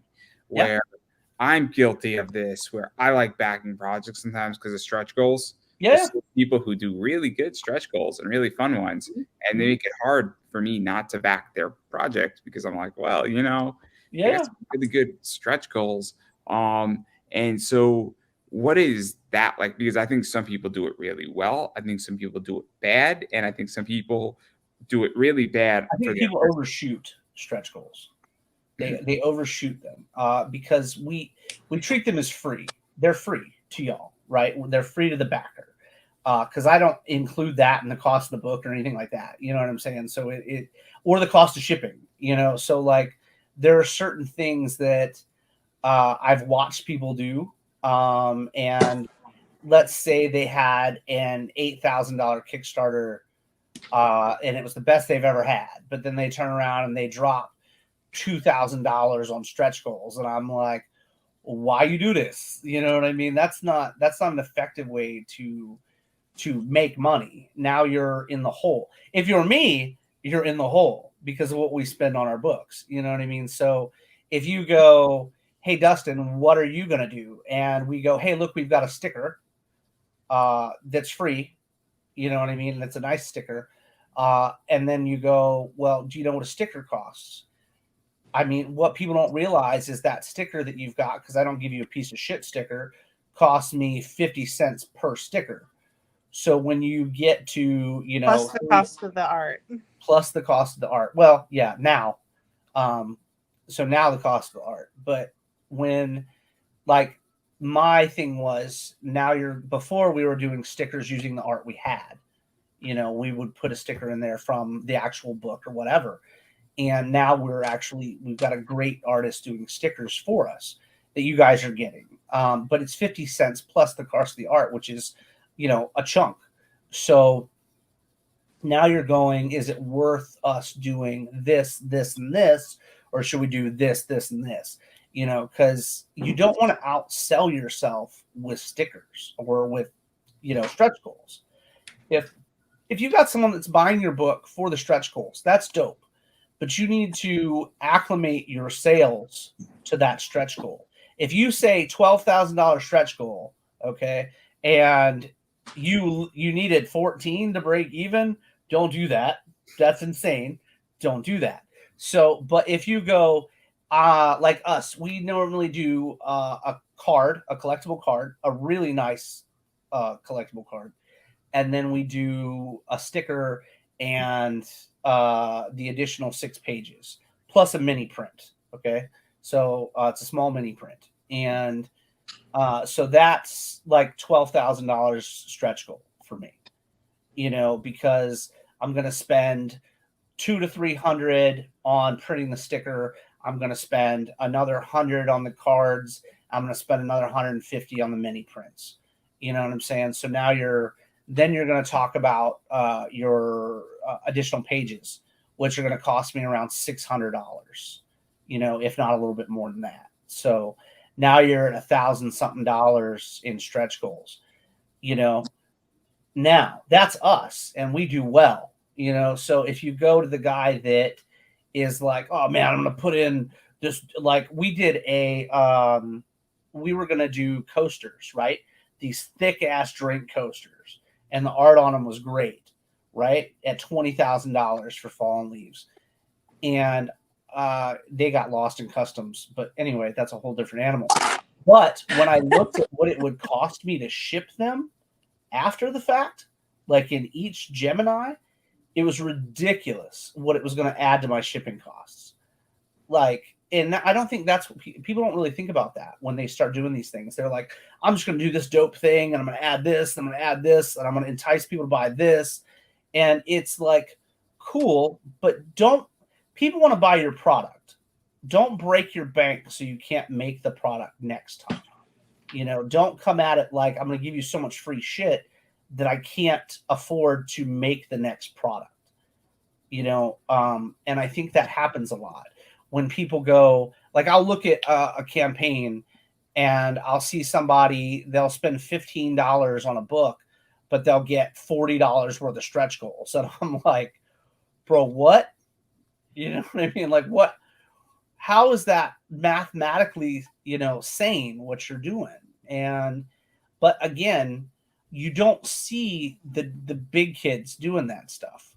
You really don't. If you look at there's one who does that, but he could afford to do it. Yeah, but if you're making 50 a campaign, it's different. You know what I mean? Like, you're making 400,000 a campaign. Yeah, that's another animal altogether. Well, if you're making that kind of money on a campaign, you can paint your statues well. That's all I'm saying. I was talking about Brian Polito because he does a great job. Yeah. Yeah. That's all I'm saying. Don't pay any attention to the guys that hang out at the water cooler. You know what I mean? All I'm saying is, if you got it like that, you can afford to do it. But what you're not paying attention to is when Brian does that, Brian's also, that's 500, 600 backers, whatever. And then you turn around and you look at what he's now got to spend because he did that. You know what I mean? Now he's got to spend $10,000 on stretch goal shit, $15,000 on stretch goal shit. It's just, it's one of those things where you want the backer to buy the book for the book, but you want them to get some nice things on the side. You have to find a balance. You really do. I think. And now if there's somebody out there that's, doesn't pay dick for their products, but then they want to throw massive, free shit out there to get attention. I watch guys do comic books. I think that's funny as fuck. They throw comic books in as their stretch goals. If you buy, if you get my comic book and you do this and we make this much money, I'll throw in 3 Marvel books. I'm like, what the fuck? So I see that shit, and that shit makes me chuckle, but, now this guy's like, hey man, did you see that guy might be giving away a Hulk 181 in his things? We're just going to spend $30. It's like a monopoly just to see if we can get that shit. It's like, wow, fuck. I mean, like, what? Who's not getting in on that book just to get that goddamn 181? So it's interesting, but at the same time, again, that's why people either they succeed or they don't. They don't look at it business minded. They come at it like, I can give you free shit because I want to be nice and give you free shit. Cool. I love everybody. I want to give everybody free shit, but it's not free on our end. You know what I mean? Well, and again, I think that if you're putting out pages, additional pages, that's a big deal to me. Like if you're going to spend the time to put out like full pages and not just like throwing a bunch of shit out there, if you're putting out real story pages, dude, that's a quarter of a book, 6 fucking pages. I'll take that all day, every day over a bookmark that I won't fucking use. You know what I mean? That's going to end up somewhere in my office and then I'll find it in a year, you know, or a fucking, like a fucking Pog or some shit, you know. But action, like your collectible cards, I think are great. You know, like if you do them well, I think they're great. I'm a big metal card guy. I love those because Mhm. I have a lot of them and I have a collection.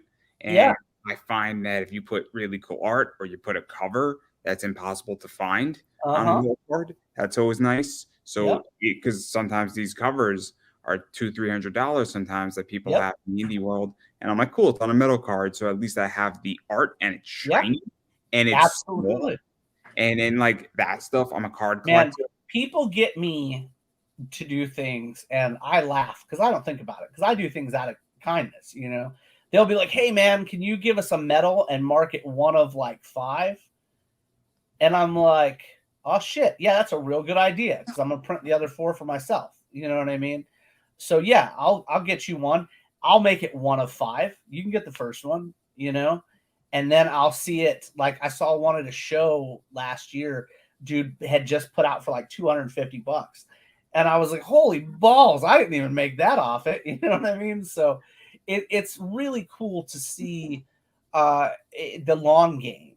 You know what I mean? Like I'm very grateful and I love taking care of our team, but I look at stores and I look at investors as other like extensions of our team. Like they're literally out there going, man, I just made your book's worth this because I made it worth this.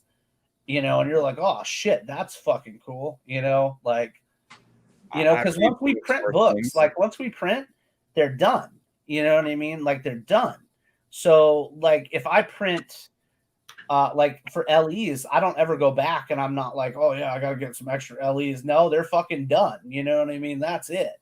So if you got like a Year of the Blue Flame cover, we'll never print those again. We'll never use that art on anything else again. You know, so it's fun to see. I dig it, man. I love checking eBay every now and then. I'm like, oh shit. You know, so I mean, this stuff of ours you can put on eBay anyway. You can put it all on eBay. It's if you get caught. Yeah, man. I'm pumped. Like, I think working with investors, working with flippers, working with people is an interesting way of extending the business. I know a lot of people don't like it, but I'm very fond of it, to be honest with you. So obviously I invest in comics, I flip comics, I sell comics, I like retail packages. And, you know, I think it's actually the other side of the business. And I think that I don't want to say comic shops are dead because I don't think they are, but I think that it's another avenue. Yes. Because if I come to you and I want to sell 10 of your books, and then they all sell on my eBay shop, and I made, you know, let's say I made $50 on everything when it's all said and done, and I cleaned 50 in profit, I'm going to come back to you. And now all of a sudden, what if every time you have a campaign, you're not going to print another 20 books because you know I'm buying? You just make 20 sales that legitimately cost you no effort. And I think a lot of people get very upset when they see something on eBay, but I don't think people also realize that if I'm making like $15 on it, I'm not making a hell of a lot. No, not least. It's a long game with stuff like that. You know what I mean? I think like right now, our retail package is what is it? 50 books for $7.50 a piece. So it puts you right at $400 for 50 copies. And that's literally like I spend $4 to print the book, each book. So you're literally copping it for $3.50 over print cost. So then when you turn around and go, hey, Dustin, can I get 40 wild covers? I'm like, yeah, cool. It's the same price. 40 wilds, take them. You know, and those retail at $19.99 versus the $14.99. You know, but I have plenty of shops that I know that don't sell them retail. They sell them for considerably more than what I retail them for. And I'm okay with that. I'm super okay with it. We did a signing in Chattanooga 2 years ago with Greed, and we did an exclusive for them. And I remember telling the dude, I was like, they're $14.99 and $19.99, right?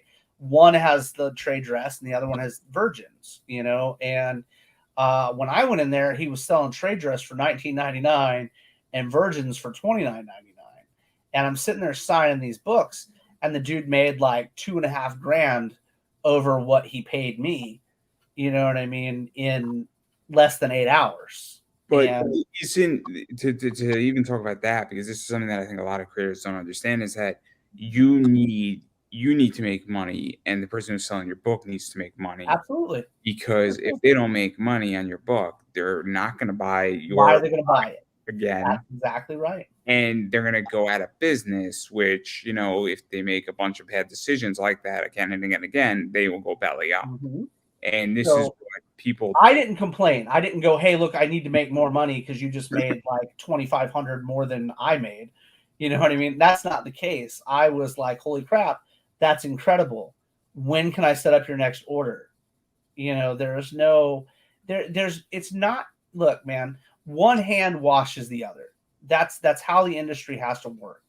And that's the issue. And that's what people don't understand. When you come in and you go, man, I really like right now, I can walk up to, you know, anybody in this industry and go, man, I really like your product.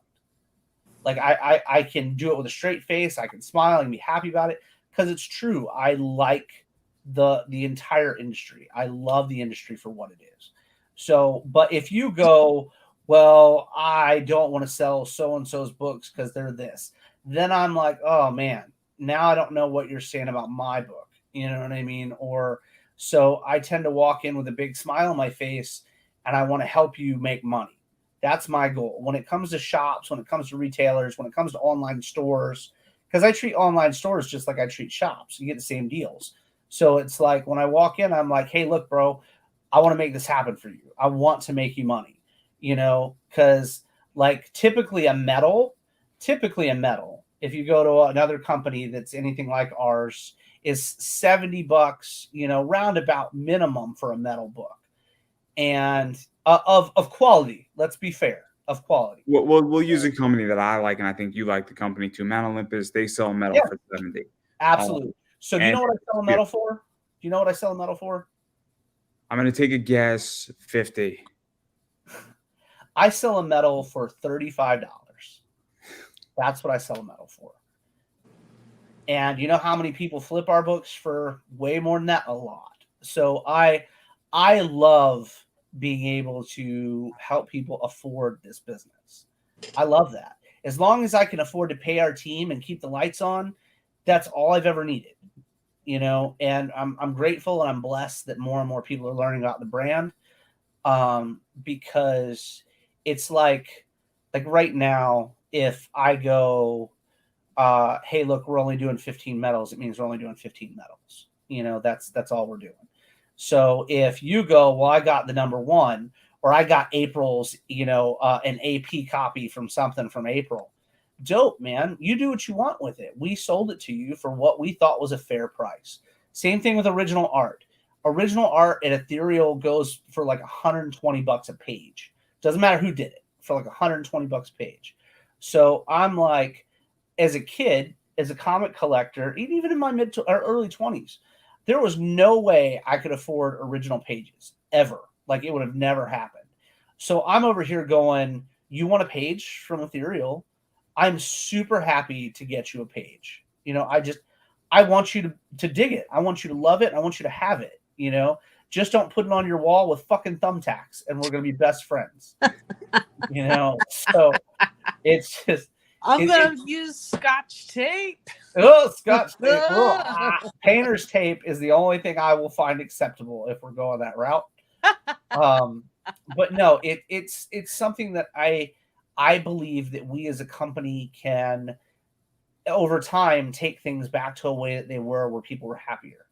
I think we can. I literally think we can, right now, we've got enough motion to continue moving forward to where we can be like, hey, look, this is old school comic creation. That's what it is. It's 60 fucking people that all get along that are out here trying to do the best they can to give you quality content. I think there's a lot of people trying to do that right now, and I think it's tough because I'll be honest, I'm very cynical about this, where I don't know who to trust in comics anymore. I get that. Me neither. Don't feel bad.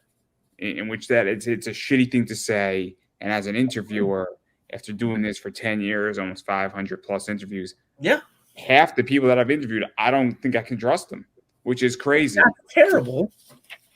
But I'm with you. No, I'm with you. I totally get that. I tell people that Ethereal is an island, okay? You'll never see us go out. You'll never see us cross-promote. I don't do it.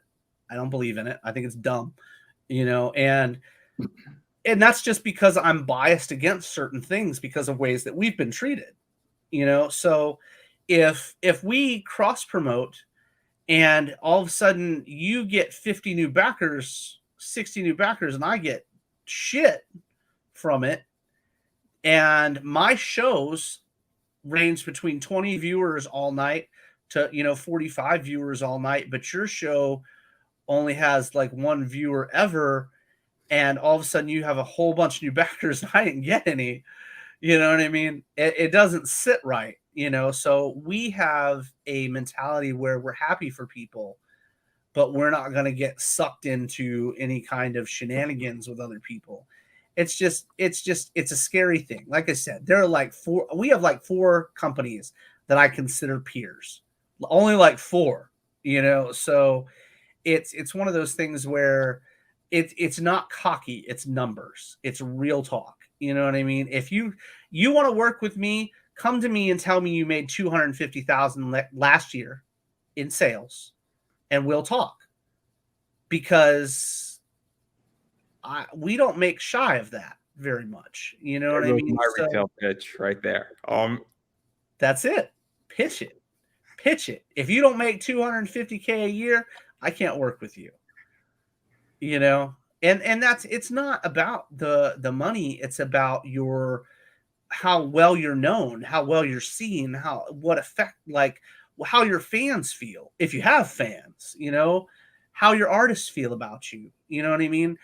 Vic Moya had me in tears the other night, just about. I'm gonna step away for about 10 minutes. Just yeah, you're good. Okay. I literally was almost in tears by Vic Moya the other night live. It's just conversations when I see our artists that have never met each other, had never worked together before coming to Ethereal, when they come to each other and they're like, man, your artwork's great, or man, you're doing really well. I'm just like, man, that's brotherly love, man. I love the ego, right? I love the ego that you have. And this is going to sound weird, but I'll tell you why I love it. Because I'm getting to the stage where I pick and choose who comes on my show. Absolutely. I tried doing it the other way. Didn't get anything out of it. Felt honestly, when I used to throw out who wants to sign up, a bunch of people would sign up. And I felt that sometimes the quality was good and sometimes it was bad. I dealt with bookers who were getting paid and the guests didn't give a fuck. That upset me tremendously. And because I don't want to be, Mark Cuban said it best, if you walk into a room and you don't see a sucker there, you're the sucker. And I mean, there's certain things you could agree with Mark Cuban on. There's certain things you could disagree with him on, but he has some fair points about business, some fair points about things.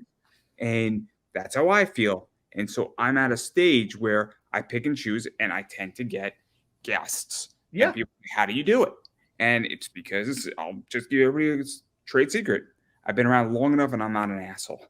That's it. And I'll say this about you. I've never once thought you were an asshole. Never once has that even, and it's funny because like I've been an asshole. I'll be very honest. Yeah, about it. but I've never in a way that I felt was, I don't know. When I've watched the shows, I've never thought you were an asshole in a way that was uncalled for or anything like that. But man, look, when you sit down at the end of the day, and you know, you don't have any kids yet. You know what I'm saying? You're preparing your life.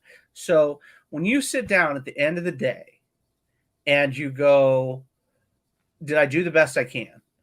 Did I do the very best I can for not myself, but for everybody that relies on me and for everyone that, you know, depends on us?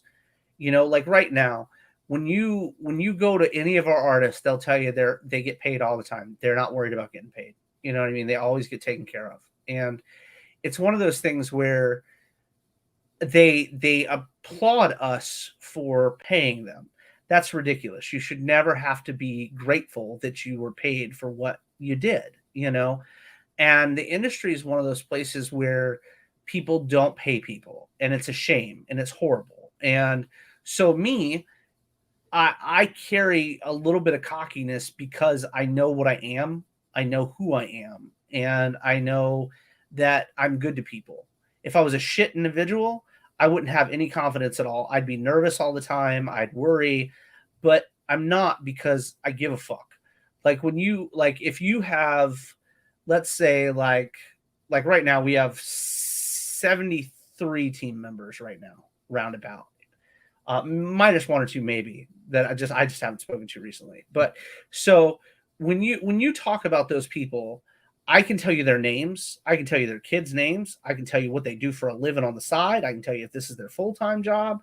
I can tell you everything about them because I care about them. I care about their lives. I care about their families' lives, you know, and that is different than anything else I've experienced from anything in the comic industry, you know. There are guys that I look up to that people wouldn't piss on to put a fire out. You know what I mean? And it's scary because like those are guys I looked up to, and I'm like, oh my God, you know. So it's something where I am constantly going to put the fans and the team ahead of myself always, because you all take care of my children. Doesn't matter my personal feelings, my personal thoughts. You take care of my children, and that's the world, man. That's the whole world. So it's interesting that you talk about this. So I have repeat clients on eBay. Absolutely. And I don't ask them personal information because you really can't. But we joke. And so there's jokes, there's discussions, even with card stuff. You know, I'm always talking about stuff with them, and like I'll just say, hey, you know, I just got this thing in. I didn't put it up yet. Do you want it? And you know, all of a sudden what starts happening is that they don't bug me when something is late by 2 months and they haven't heard anything because they know it's coming and they know that they're going to get right of first refusal. And a lot of people also, even before they say, hey, like somebody bought something and said, hey, I'm buying some stuff. Could you come out and said, absolutely. Did you get my last message? And the guy's like, oh, shoot, I didn't even see your last message yet. Right. And like, again, all of a sudden you're building rapport. And you're taking care of people. It's so important, man. Rapport is so important. Customer service is so important. Being as cool as April is even more important. So cool. But no joke. It's as you grow and as you see, you know, as someone that's been doing what you've been doing for 10 years, you notice things. So like we notice things and we change our course. You know what I'm saying? So we're not going to run in straight into the burning fucking car that's in the middle of the road. We're going to go over to the right a little bit because we know that our fans, we share the same fans as a couple other publishers, you know? So we go, oh man, we're move over just a little bit. You know what I mean? So we don't do something they've done or are doing that upsets folks. You have to pay attention, even though comics is, in my opinion, it's a very like publisher to publisher game. It's different for everybody, but at the same time, you want to have an idea of what other people are doing. You know, I'm going to say this. I know there are a ton of publishers that watch what we're doing. I know they do, and I'm okay with that. Love it. You know what I mean? But at the same time, dude, don't think I don't peep too. I'm over there checking out what you got going on too, just because of the fact if you're doing it well, take it as a compliment that I'm paying attention to what you're doing. That's how I view it. Absolutely. I mean, you know what happened to me in February and March as far as my business and what I shifted, right? I mean, for those who don't, to be a whole big Zenoscope guy, Yeah. Interscope was 80% of my eBay store. Right. And I was getting my ass kicked by people who I think are buying wholesale. Nothing Yeah. with that. And Zenoscope books are not trading for what they used to trade for. Right. And so what did I do? I started going to places like Merc, Comics Elite. I started going to Big Dog Inc. I'm looking for other retailers, and I'm looking for the next big thing. And I want to test markets. Mount Olympus is a big one for me. And all of a sudden, my business went from doing 28,000, probably going to end around 60, maybe 70,000 this year. That's a big jump. And it's paying attention, man. It's paying attention. You know, who sells? Who sells? Go to who sells. You know what I mean? And that's, but, and a fun thing about companies like Merck and companies like ours, and Mount Olympus is we're low print run. You know what I mean? So when you go as a retailer, when you go, man, did you see that new whatever cover? I got it. I got like 5 of them. And when you say that, and we've sold out like 20 of them in an hour, and you're like, I got 5 of the 20. Now all of a sudden you can write your own ticket. You know what I mean? Now you're like, man, look, I even can ask Dustin to make them metal. My 5 will be metal. You know what I mean? What do you guys, you want to do metals? I can do metals. And that's the kind of thing that is really good for people that are in the know and are paying attention. Because a lot of people, again, when you're small press, a lot of people don't know that you exist yet. So you pop on the scene and you're like, man, I got this dope Sugar Spit cover and no one else has got it. And I can make it a foil. You like foil. I can make mine foil. And all I got to do is slip Dustin like 10 more bucks under the table and mine will be foil. You know what I mean? So it's one of those things where we constantly, again, we want you to succeed. Because if you're succeeding, we're succeeding. And then you go, hey, man, when they open that book, there's that big ass Ethereal logo right there on that interior front cover, that lets you know, hey, that's who published this book. Because you're selling virgins. Love it. You know what I mean? That's what you're doing. So now they're looking at that big ass logo when they open it and they're like, oh man, I really enjoyed Spawn. And this is colored by Dan Kemp. Man, or I really like Cave Woman, you know what I mean? And that's Mitch Massey all over that book. Yes, sir. And yes, sir, again. So it's like, then you go, now you're not only grabbing people that liked the artwork, now you're grabbing folks that hunt these individuals, and I'll tell you what, we have the greatest rapport with our team. Like I was talking to Dan Kemp earlier today. And he was like, so you need 44 pages done in, 50 days. I was like, yes, sir. And he's like, I'm on it. I'm on it. And I'm like, I love it, and, then you go to Mitch Massey and you go, man, I need, X amount of pages. And all of a sudden there's going to be those X amount of pages. We're going to have them in no time. That's because we take care of each other. When Ethereal eats, we all eat, we only do full ass and we all eat together. So, it's something that we're all grateful for. And we have a great project manager in April. We have a great art director in Blade and Hunter. No one goes without knowledge. No one goes without help. And I don't see that in very many other places. So that's another reason that I'm very confident. I'm confident because of our team, and I'm confident because our fans are the best fucking fans you're gonna find. I promise. I got fans, dude. Look, we went to a show, and I somehow got the wrong information to go to a restaurant, right? And I was the only one not at the restaurant, and which whatever, not even mad anymore. But so I ended up at this nice restaurant. And my mom had drove with me because she didn't want me to drive that far by myself because my wife couldn't go. And my mom has never traveled with me before. And she was like, I'd really like to go. I've never seen the city, yada, yada. So she drives with me. And so her and I are the only ones at this restaurant, this really nice restaurant. And we're sitting there eating. And we had a Fran call. And our friend, Fran is friends and fans for us. That's what we call them, the friends and fans. They're our friends. And I don't give a shit how tacky it sounds. They're great fucking people. So anyway, Like, because I hate the word fan. It sounds so goddamn conceited. Like, yeah, I hate it. So anyway, so friends. I don't believe we have fans. We make fucking friends. That's what we do. So we're at this restaurant and I'm bummed out, right? Like, I'm having fun chilling with my mom and whatnot because I hadn't seen her in a really long time at that point. We had just moved up near them. And other than that, I hadn't spent a lot of time with her in years. So we're hanging out, and our buddy calls, and he's like, "Man, I saw you guys at the show.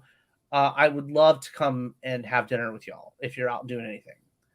And he brings his whole tribe to this restaurant to sit with us. And we're sitting there shooting the shit, having drinks, and people are walking up asking for book signings and fucking getting shots and shit while we're sitting in this restaurant. And, you know, I don't mind. I enjoy it. It's fun, you know. So we're talking, we're drinking tequila and all kinds of other shit. And next thing you know, we're walking from the restaurant to the Cheesecake Factory at like 12:30 at fucking night, right? And we're at the Cheesecake Factory, same thing. Comic fans at the show are bullshitting and coming to sit at the table, and more alcohol at the goddamn Cheesecake Factory and shit. And it was just, it's one of those things where you create your tribe. And if you're good to people, it'll grow. And I think that's one thing that social media has done well for us. I think Kickstarter has done a great job. And we have cultivated this amazing group of people. And do I mind paying the extra shipping if something goes wrong? No. Do I mind paying to send them a book or two if it gets fucked up? No, I don't mind. I don't mind taking my time to answer your messages. I don't mind taking my time to answer your calls because it's important. You know, like I said, if I'm late 30 minutes on an email, my wife will have my behind. So no, I'm never late. I'm always on it, you know, and I like that Kickstarter has this thing now where they can ask for an update. I love that because I update all the time anyway. But if you have a question, some folks don't like social media, so they don't follow you on social media. You know what I mean? They follow the Kickstarter. So if they have a question and they can hit that button and ask for an update, I love that because I can hop on Kickstarter, answer your question with a quickness, then everybody sees the answer. You know, it's so great. Kickstarter has gotten so much better over the past couple years than it was before. Like it was real tough before, and now it's just getting so much better. Ugh, ridiculous. I agree. Which I think Kickstarter has gotten better. I think there's still some issues on Kickstarter, and I think there's also just bad actors. And I've been burned heavily by somebody, and they moved the goalpost is a nice way to put it. Oh yeah.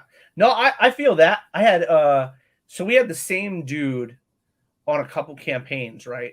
Same dude. He came in and he backed for $1,000 on a couple different campaigns. And then when every single campaign that he backed, when it would come to payout, it would not go through.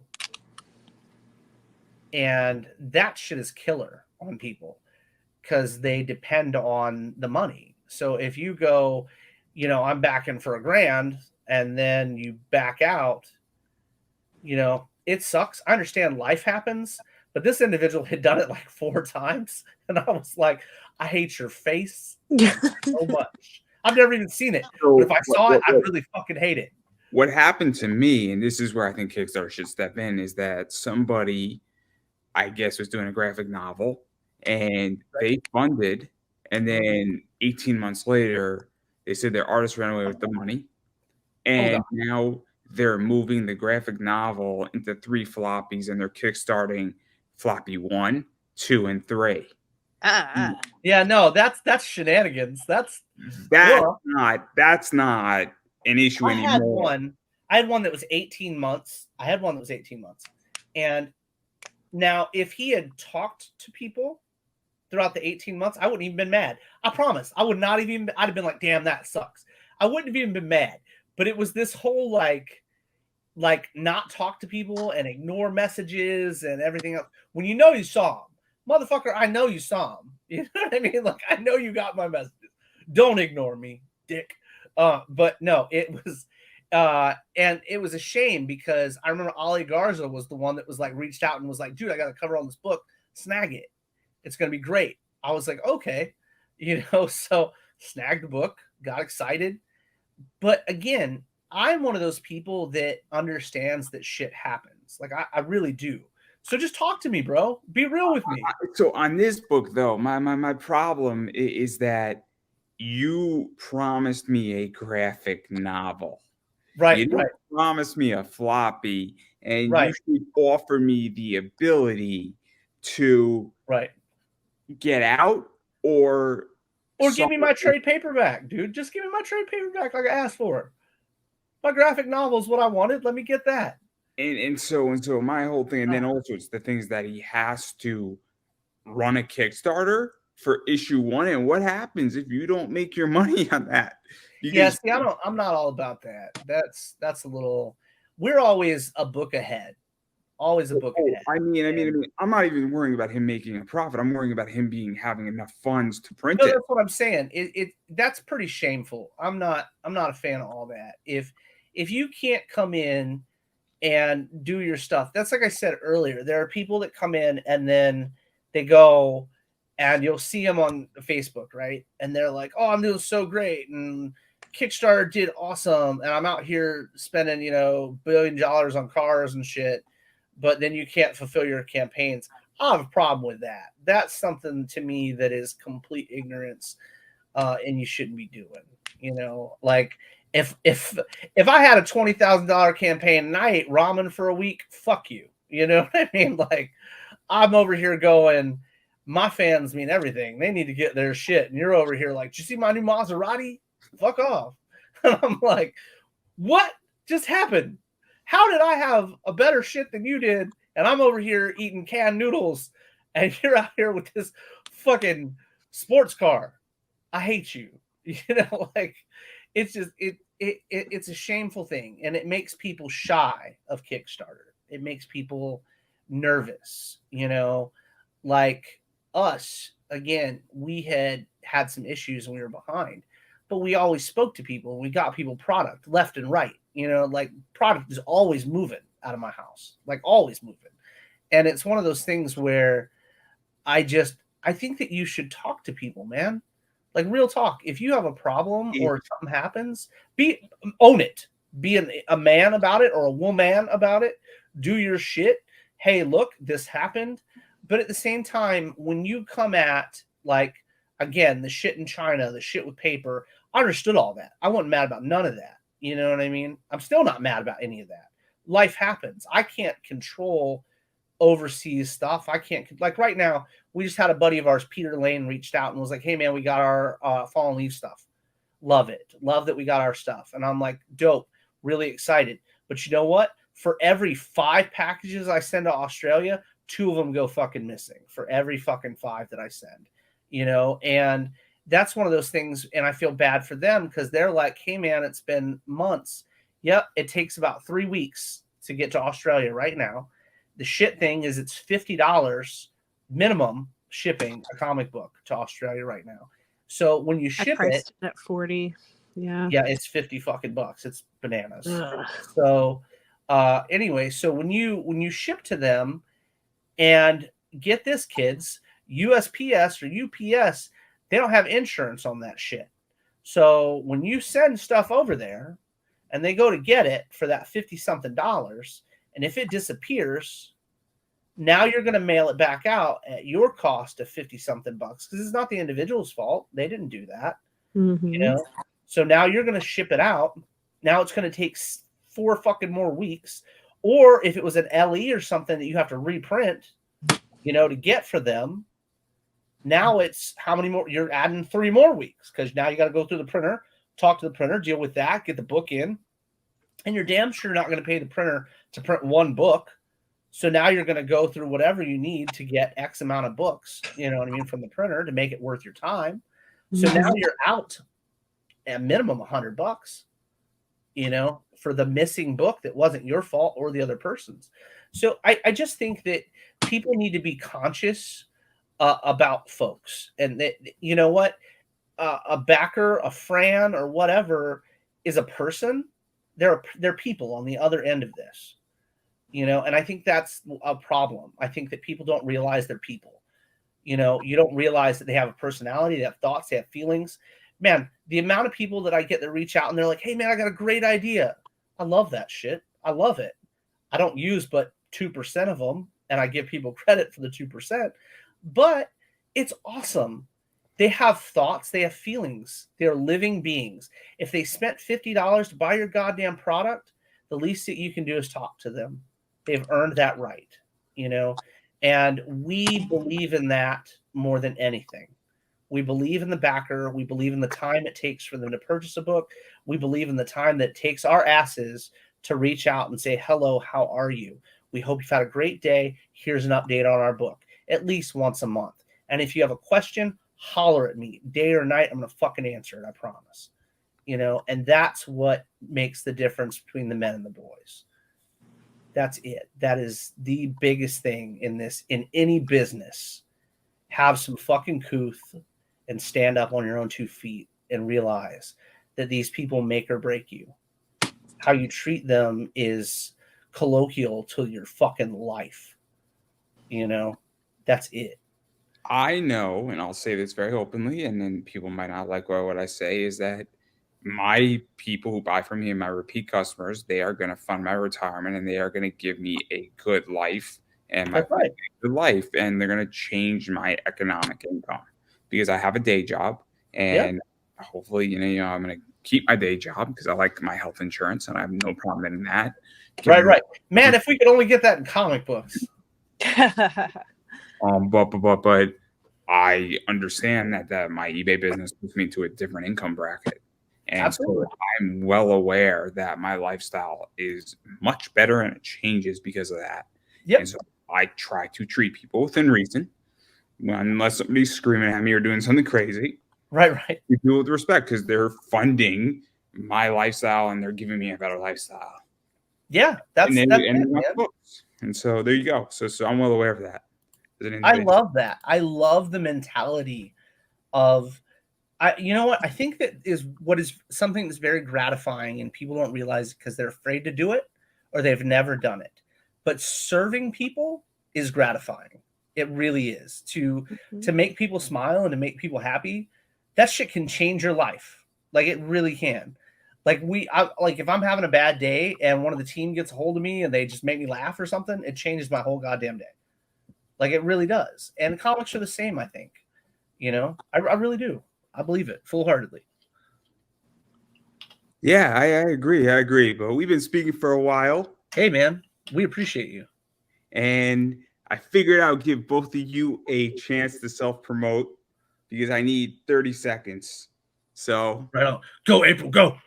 Oh, go Rainbow Dash. My mermaid book. Bum. Pick up Mermaid. No, thank you guys so much for supporting Ethereal. We really do appreciate it. And all of our individual artists, if you like what you see, definitely give those artists a shout out. They work real hard to get noticed. So, and we appreciate them and your time. Ugh, love it. Goosebumps. Well, yes, I can't even top that shit. Like, I might have just got a little excited just then. That was so awesome. And you're speaking with HR. Oh yeah. Get my ass in trouble. No, yeah, like April said, her book drops on Friday. Sorry. I just won my dad's Christmas gift. That I love it. That's awesome. So Friday, that's why I needed 30 seconds, everybody. I'm sorry. Yeah. You're so good. So Friday we'll go live with April's amazing mermaid book.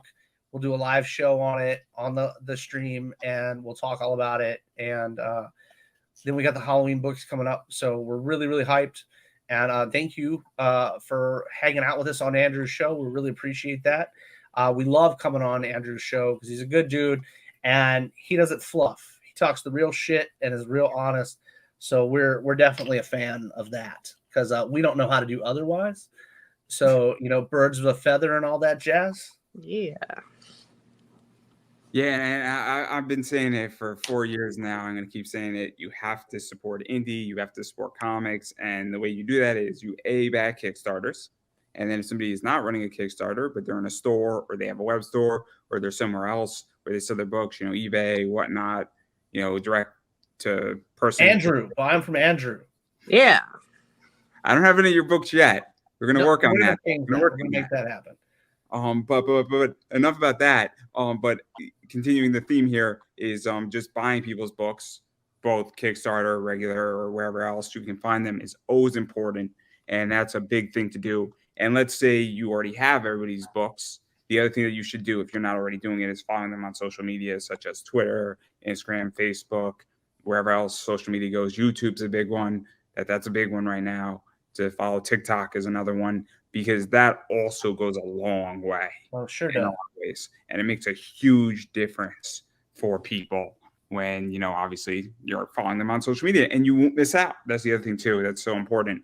And so that's all I have to say about that. And then as far as I'm concerned, I'll pop Anime Comics on Twitter, Instagram, YouTube, Facebook, TikTok. So go bother me, hit me up, follow me there. I release a lot of content every single week. I think I'm releasing like 25 videos on YouTube now every single week. Jesus. Nice. Get it. Yeah. And not ready for Mortal Kombat? You're going to start releasing Mortal Kombat videos next month? Finish him. I cannot promise everybody that you will get smarter by watching me, but I can promise that you will be entertained, because there is something for you on my YouTube channel, my 1,100 videos, and I'll be damned if there is not. And that is all I can say. So that's everything I got. And I don't know who wants the final word.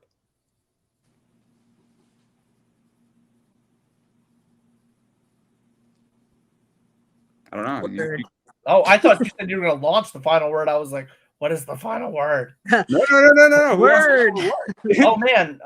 Thanks again for, supporting Ethereal. We appreciate you, every one of you. And you can follow us on Instagram at Ethereal Publications or Ethereal Comics. You can also follow us on Facebook. You can find April or myself under our names, or you can find us both under Ethereal. We've got a great group on there, and both my page and the group are public. So don't feel like you have to add us if you just want to follow us. You certainly don't have to add me as a friend or anything like that. But you get to see all the cool content. And if you're a Kickstarter subscriber, we constantly talk about books on there. So, come hang out and do the thing. And we also do a live show every Tuesday night at 8 o'clock CST.